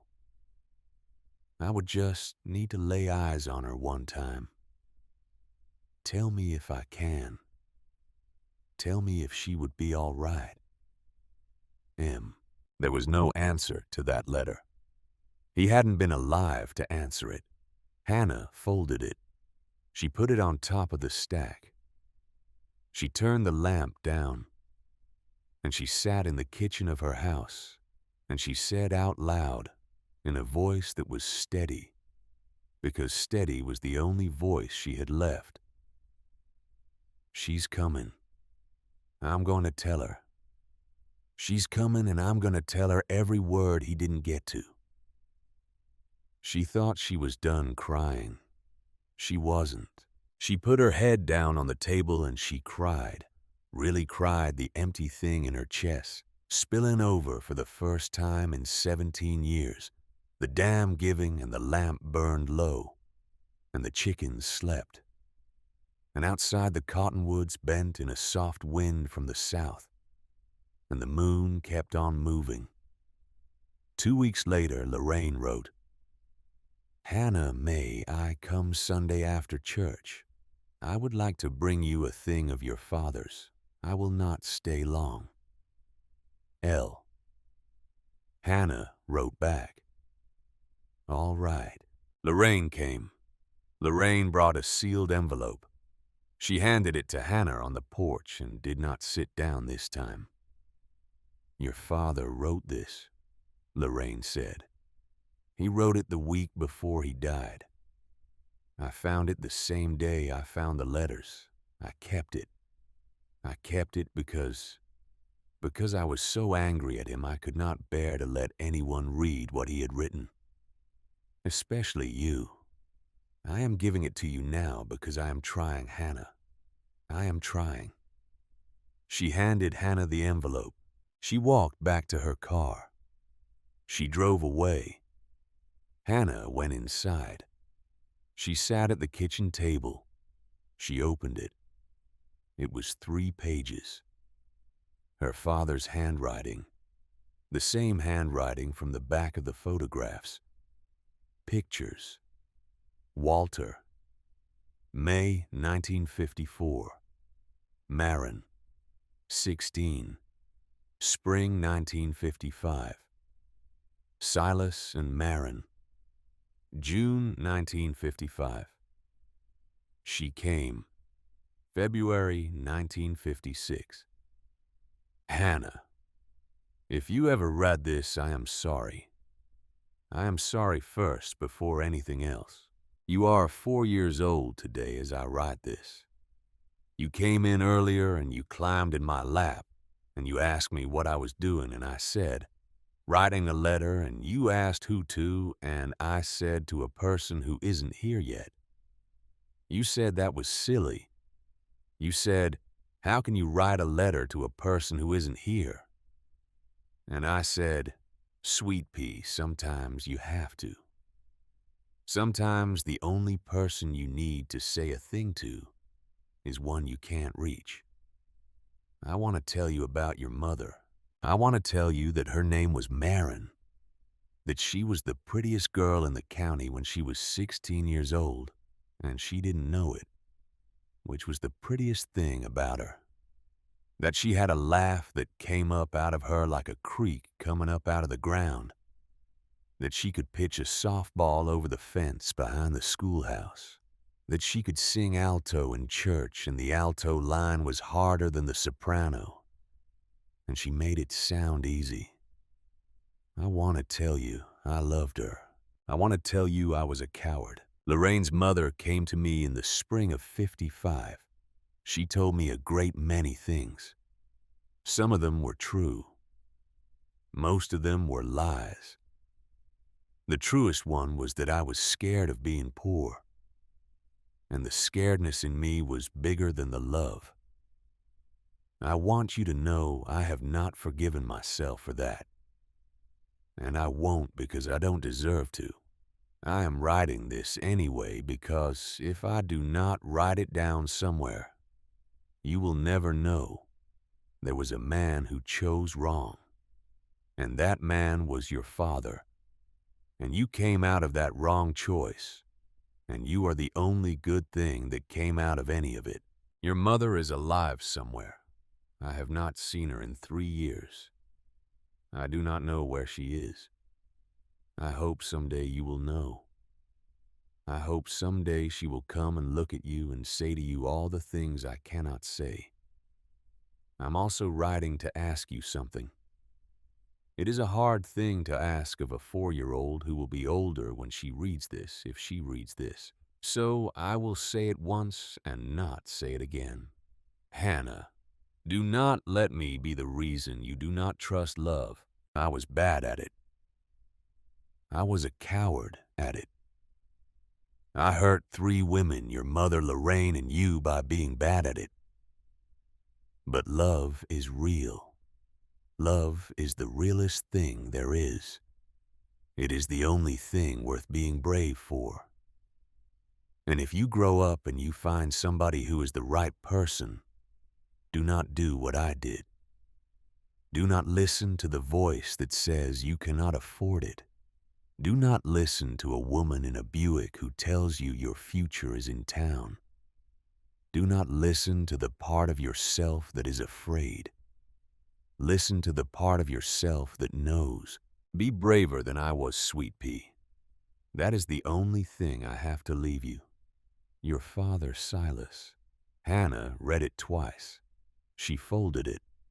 She put it in the spiral notebook with everything else. She sat at the table for a long time.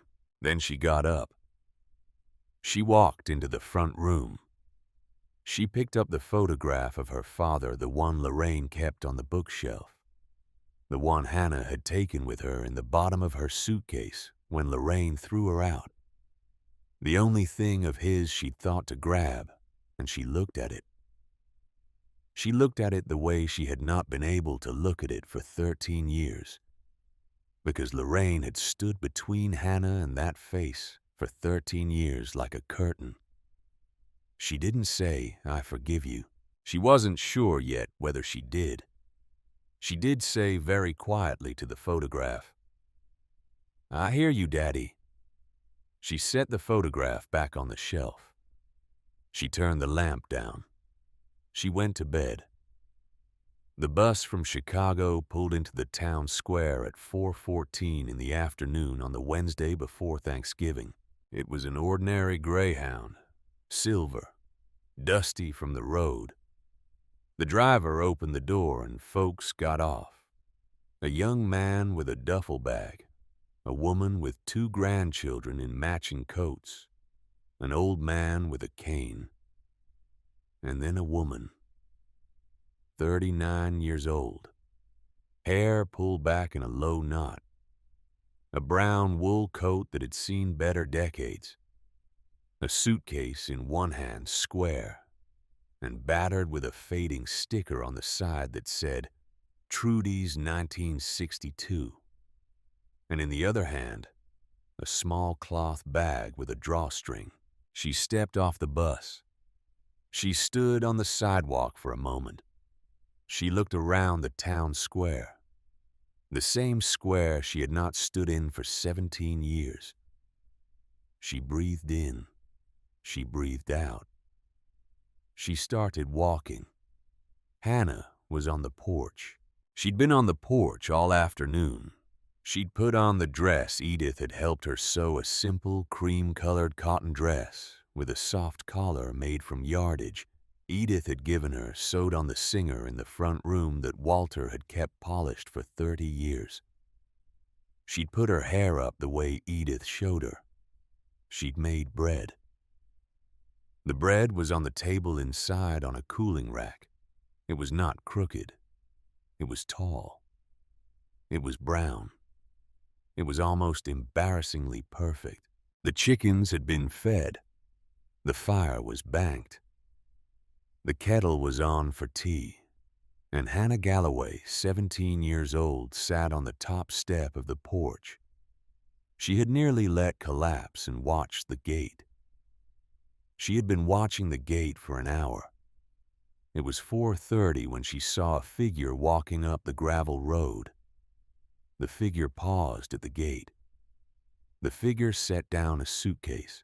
The figure stood very still, the way Hannah had stood very still the first time she had walked up this drive.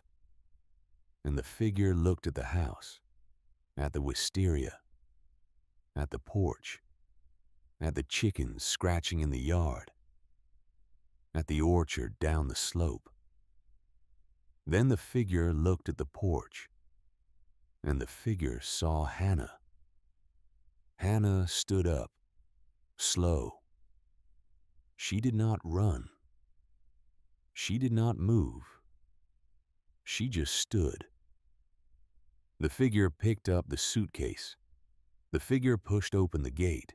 The figure walked up the track toward the house, slow, like a person who had walked this path in her mind every night for 17 years and could not quite believe her feet were doing it now in daylight. When she got to the bottom of the porch steps, the woman stopped. She set down the suitcase. She held the cloth bag against her chest. She looked up at Hannah. Hannah looked down at her. The two of them did not say anything for a long moment. It was Maren who spoke first. "You grew up," she said. "You grew up just like me." Hannah's mouth did a thing. She tried to speak. It took her 2 tries. "My bread is still crooked," she said. Maren held up the cloth bag. "I brought sourdough starter," she said. "I came to fix it." Hannah laughed. It came out wet and small and not all the way under control. Maren laughed too. Then Hannah Galloway, 17 years old, walked down the porch steps in a cream cotton dress on a Wednesday afternoon in November of 1973, and her mother walked up. And they met in the middle of the steps. Maren set the bag down. Hannah opened her arms. And for the first time in her life, for the very first time in 17 years on this earth, Hannah Galloway was held by the woman whose hand she had inherited, whose knuckle went up too high on the pointer, whose laugh she had only ever read about in a letter dated 1962. They didn't say anything else for a while. They didn't have to. The chickens kept scratching. The wisteria moved in the soft November wind. The kettle in the kitchen started its slow whistle. And inside the house on the table was a loaf of bread that was tall and brown and not crooked at all. and there was a wooden box of letters on the sideboard, and a row of photographs on a desk, in a small room that hadn't been closed in months, and a quilt washed clean on the bed, and a cookbook open to the bread page. A house. A real house. A house with the door open. Maren pulled back. She put her hands on Hannah's face. She looked at her. She looked at her the way a person looks at a photograph she's been carrying in her pocket for 17 years and can finally lay flat on a table. "All right," Maren said. Hannah swallowed. "All right," she said. "Let's go inside." "All right." Together, the woman who had left and the daughter who had been left, the cook from Chicago and the 17-year-old who had bought her own grandfather's farm for $40, the two pairs of Mercer hands that had not held each other since February of 1958, they walked up the porch steps. The screen door closed behind them with a soft slap. The kettle whistled. The chicken settled. The sun went down behind the cottonwoods, and inside the kitchen of the Mercer Galloway farmstead, a mother and a daughter stood at a wooden table where a tall brown loaf of bread was cooling, and the mother opened her bag of starter, and the daughter got down 2 cups for tea, and somewhere out in the orchard the wind moved in the apple trees where a key had once been buried. There was no music. There was no swelling. There was just a kitchen and bread, and the long, quiet, ordinary beginning of a life that had been waiting on both sides of a long silence to begin. The kind of beginning that does not announce itself. The kind that simply starts and keeps going.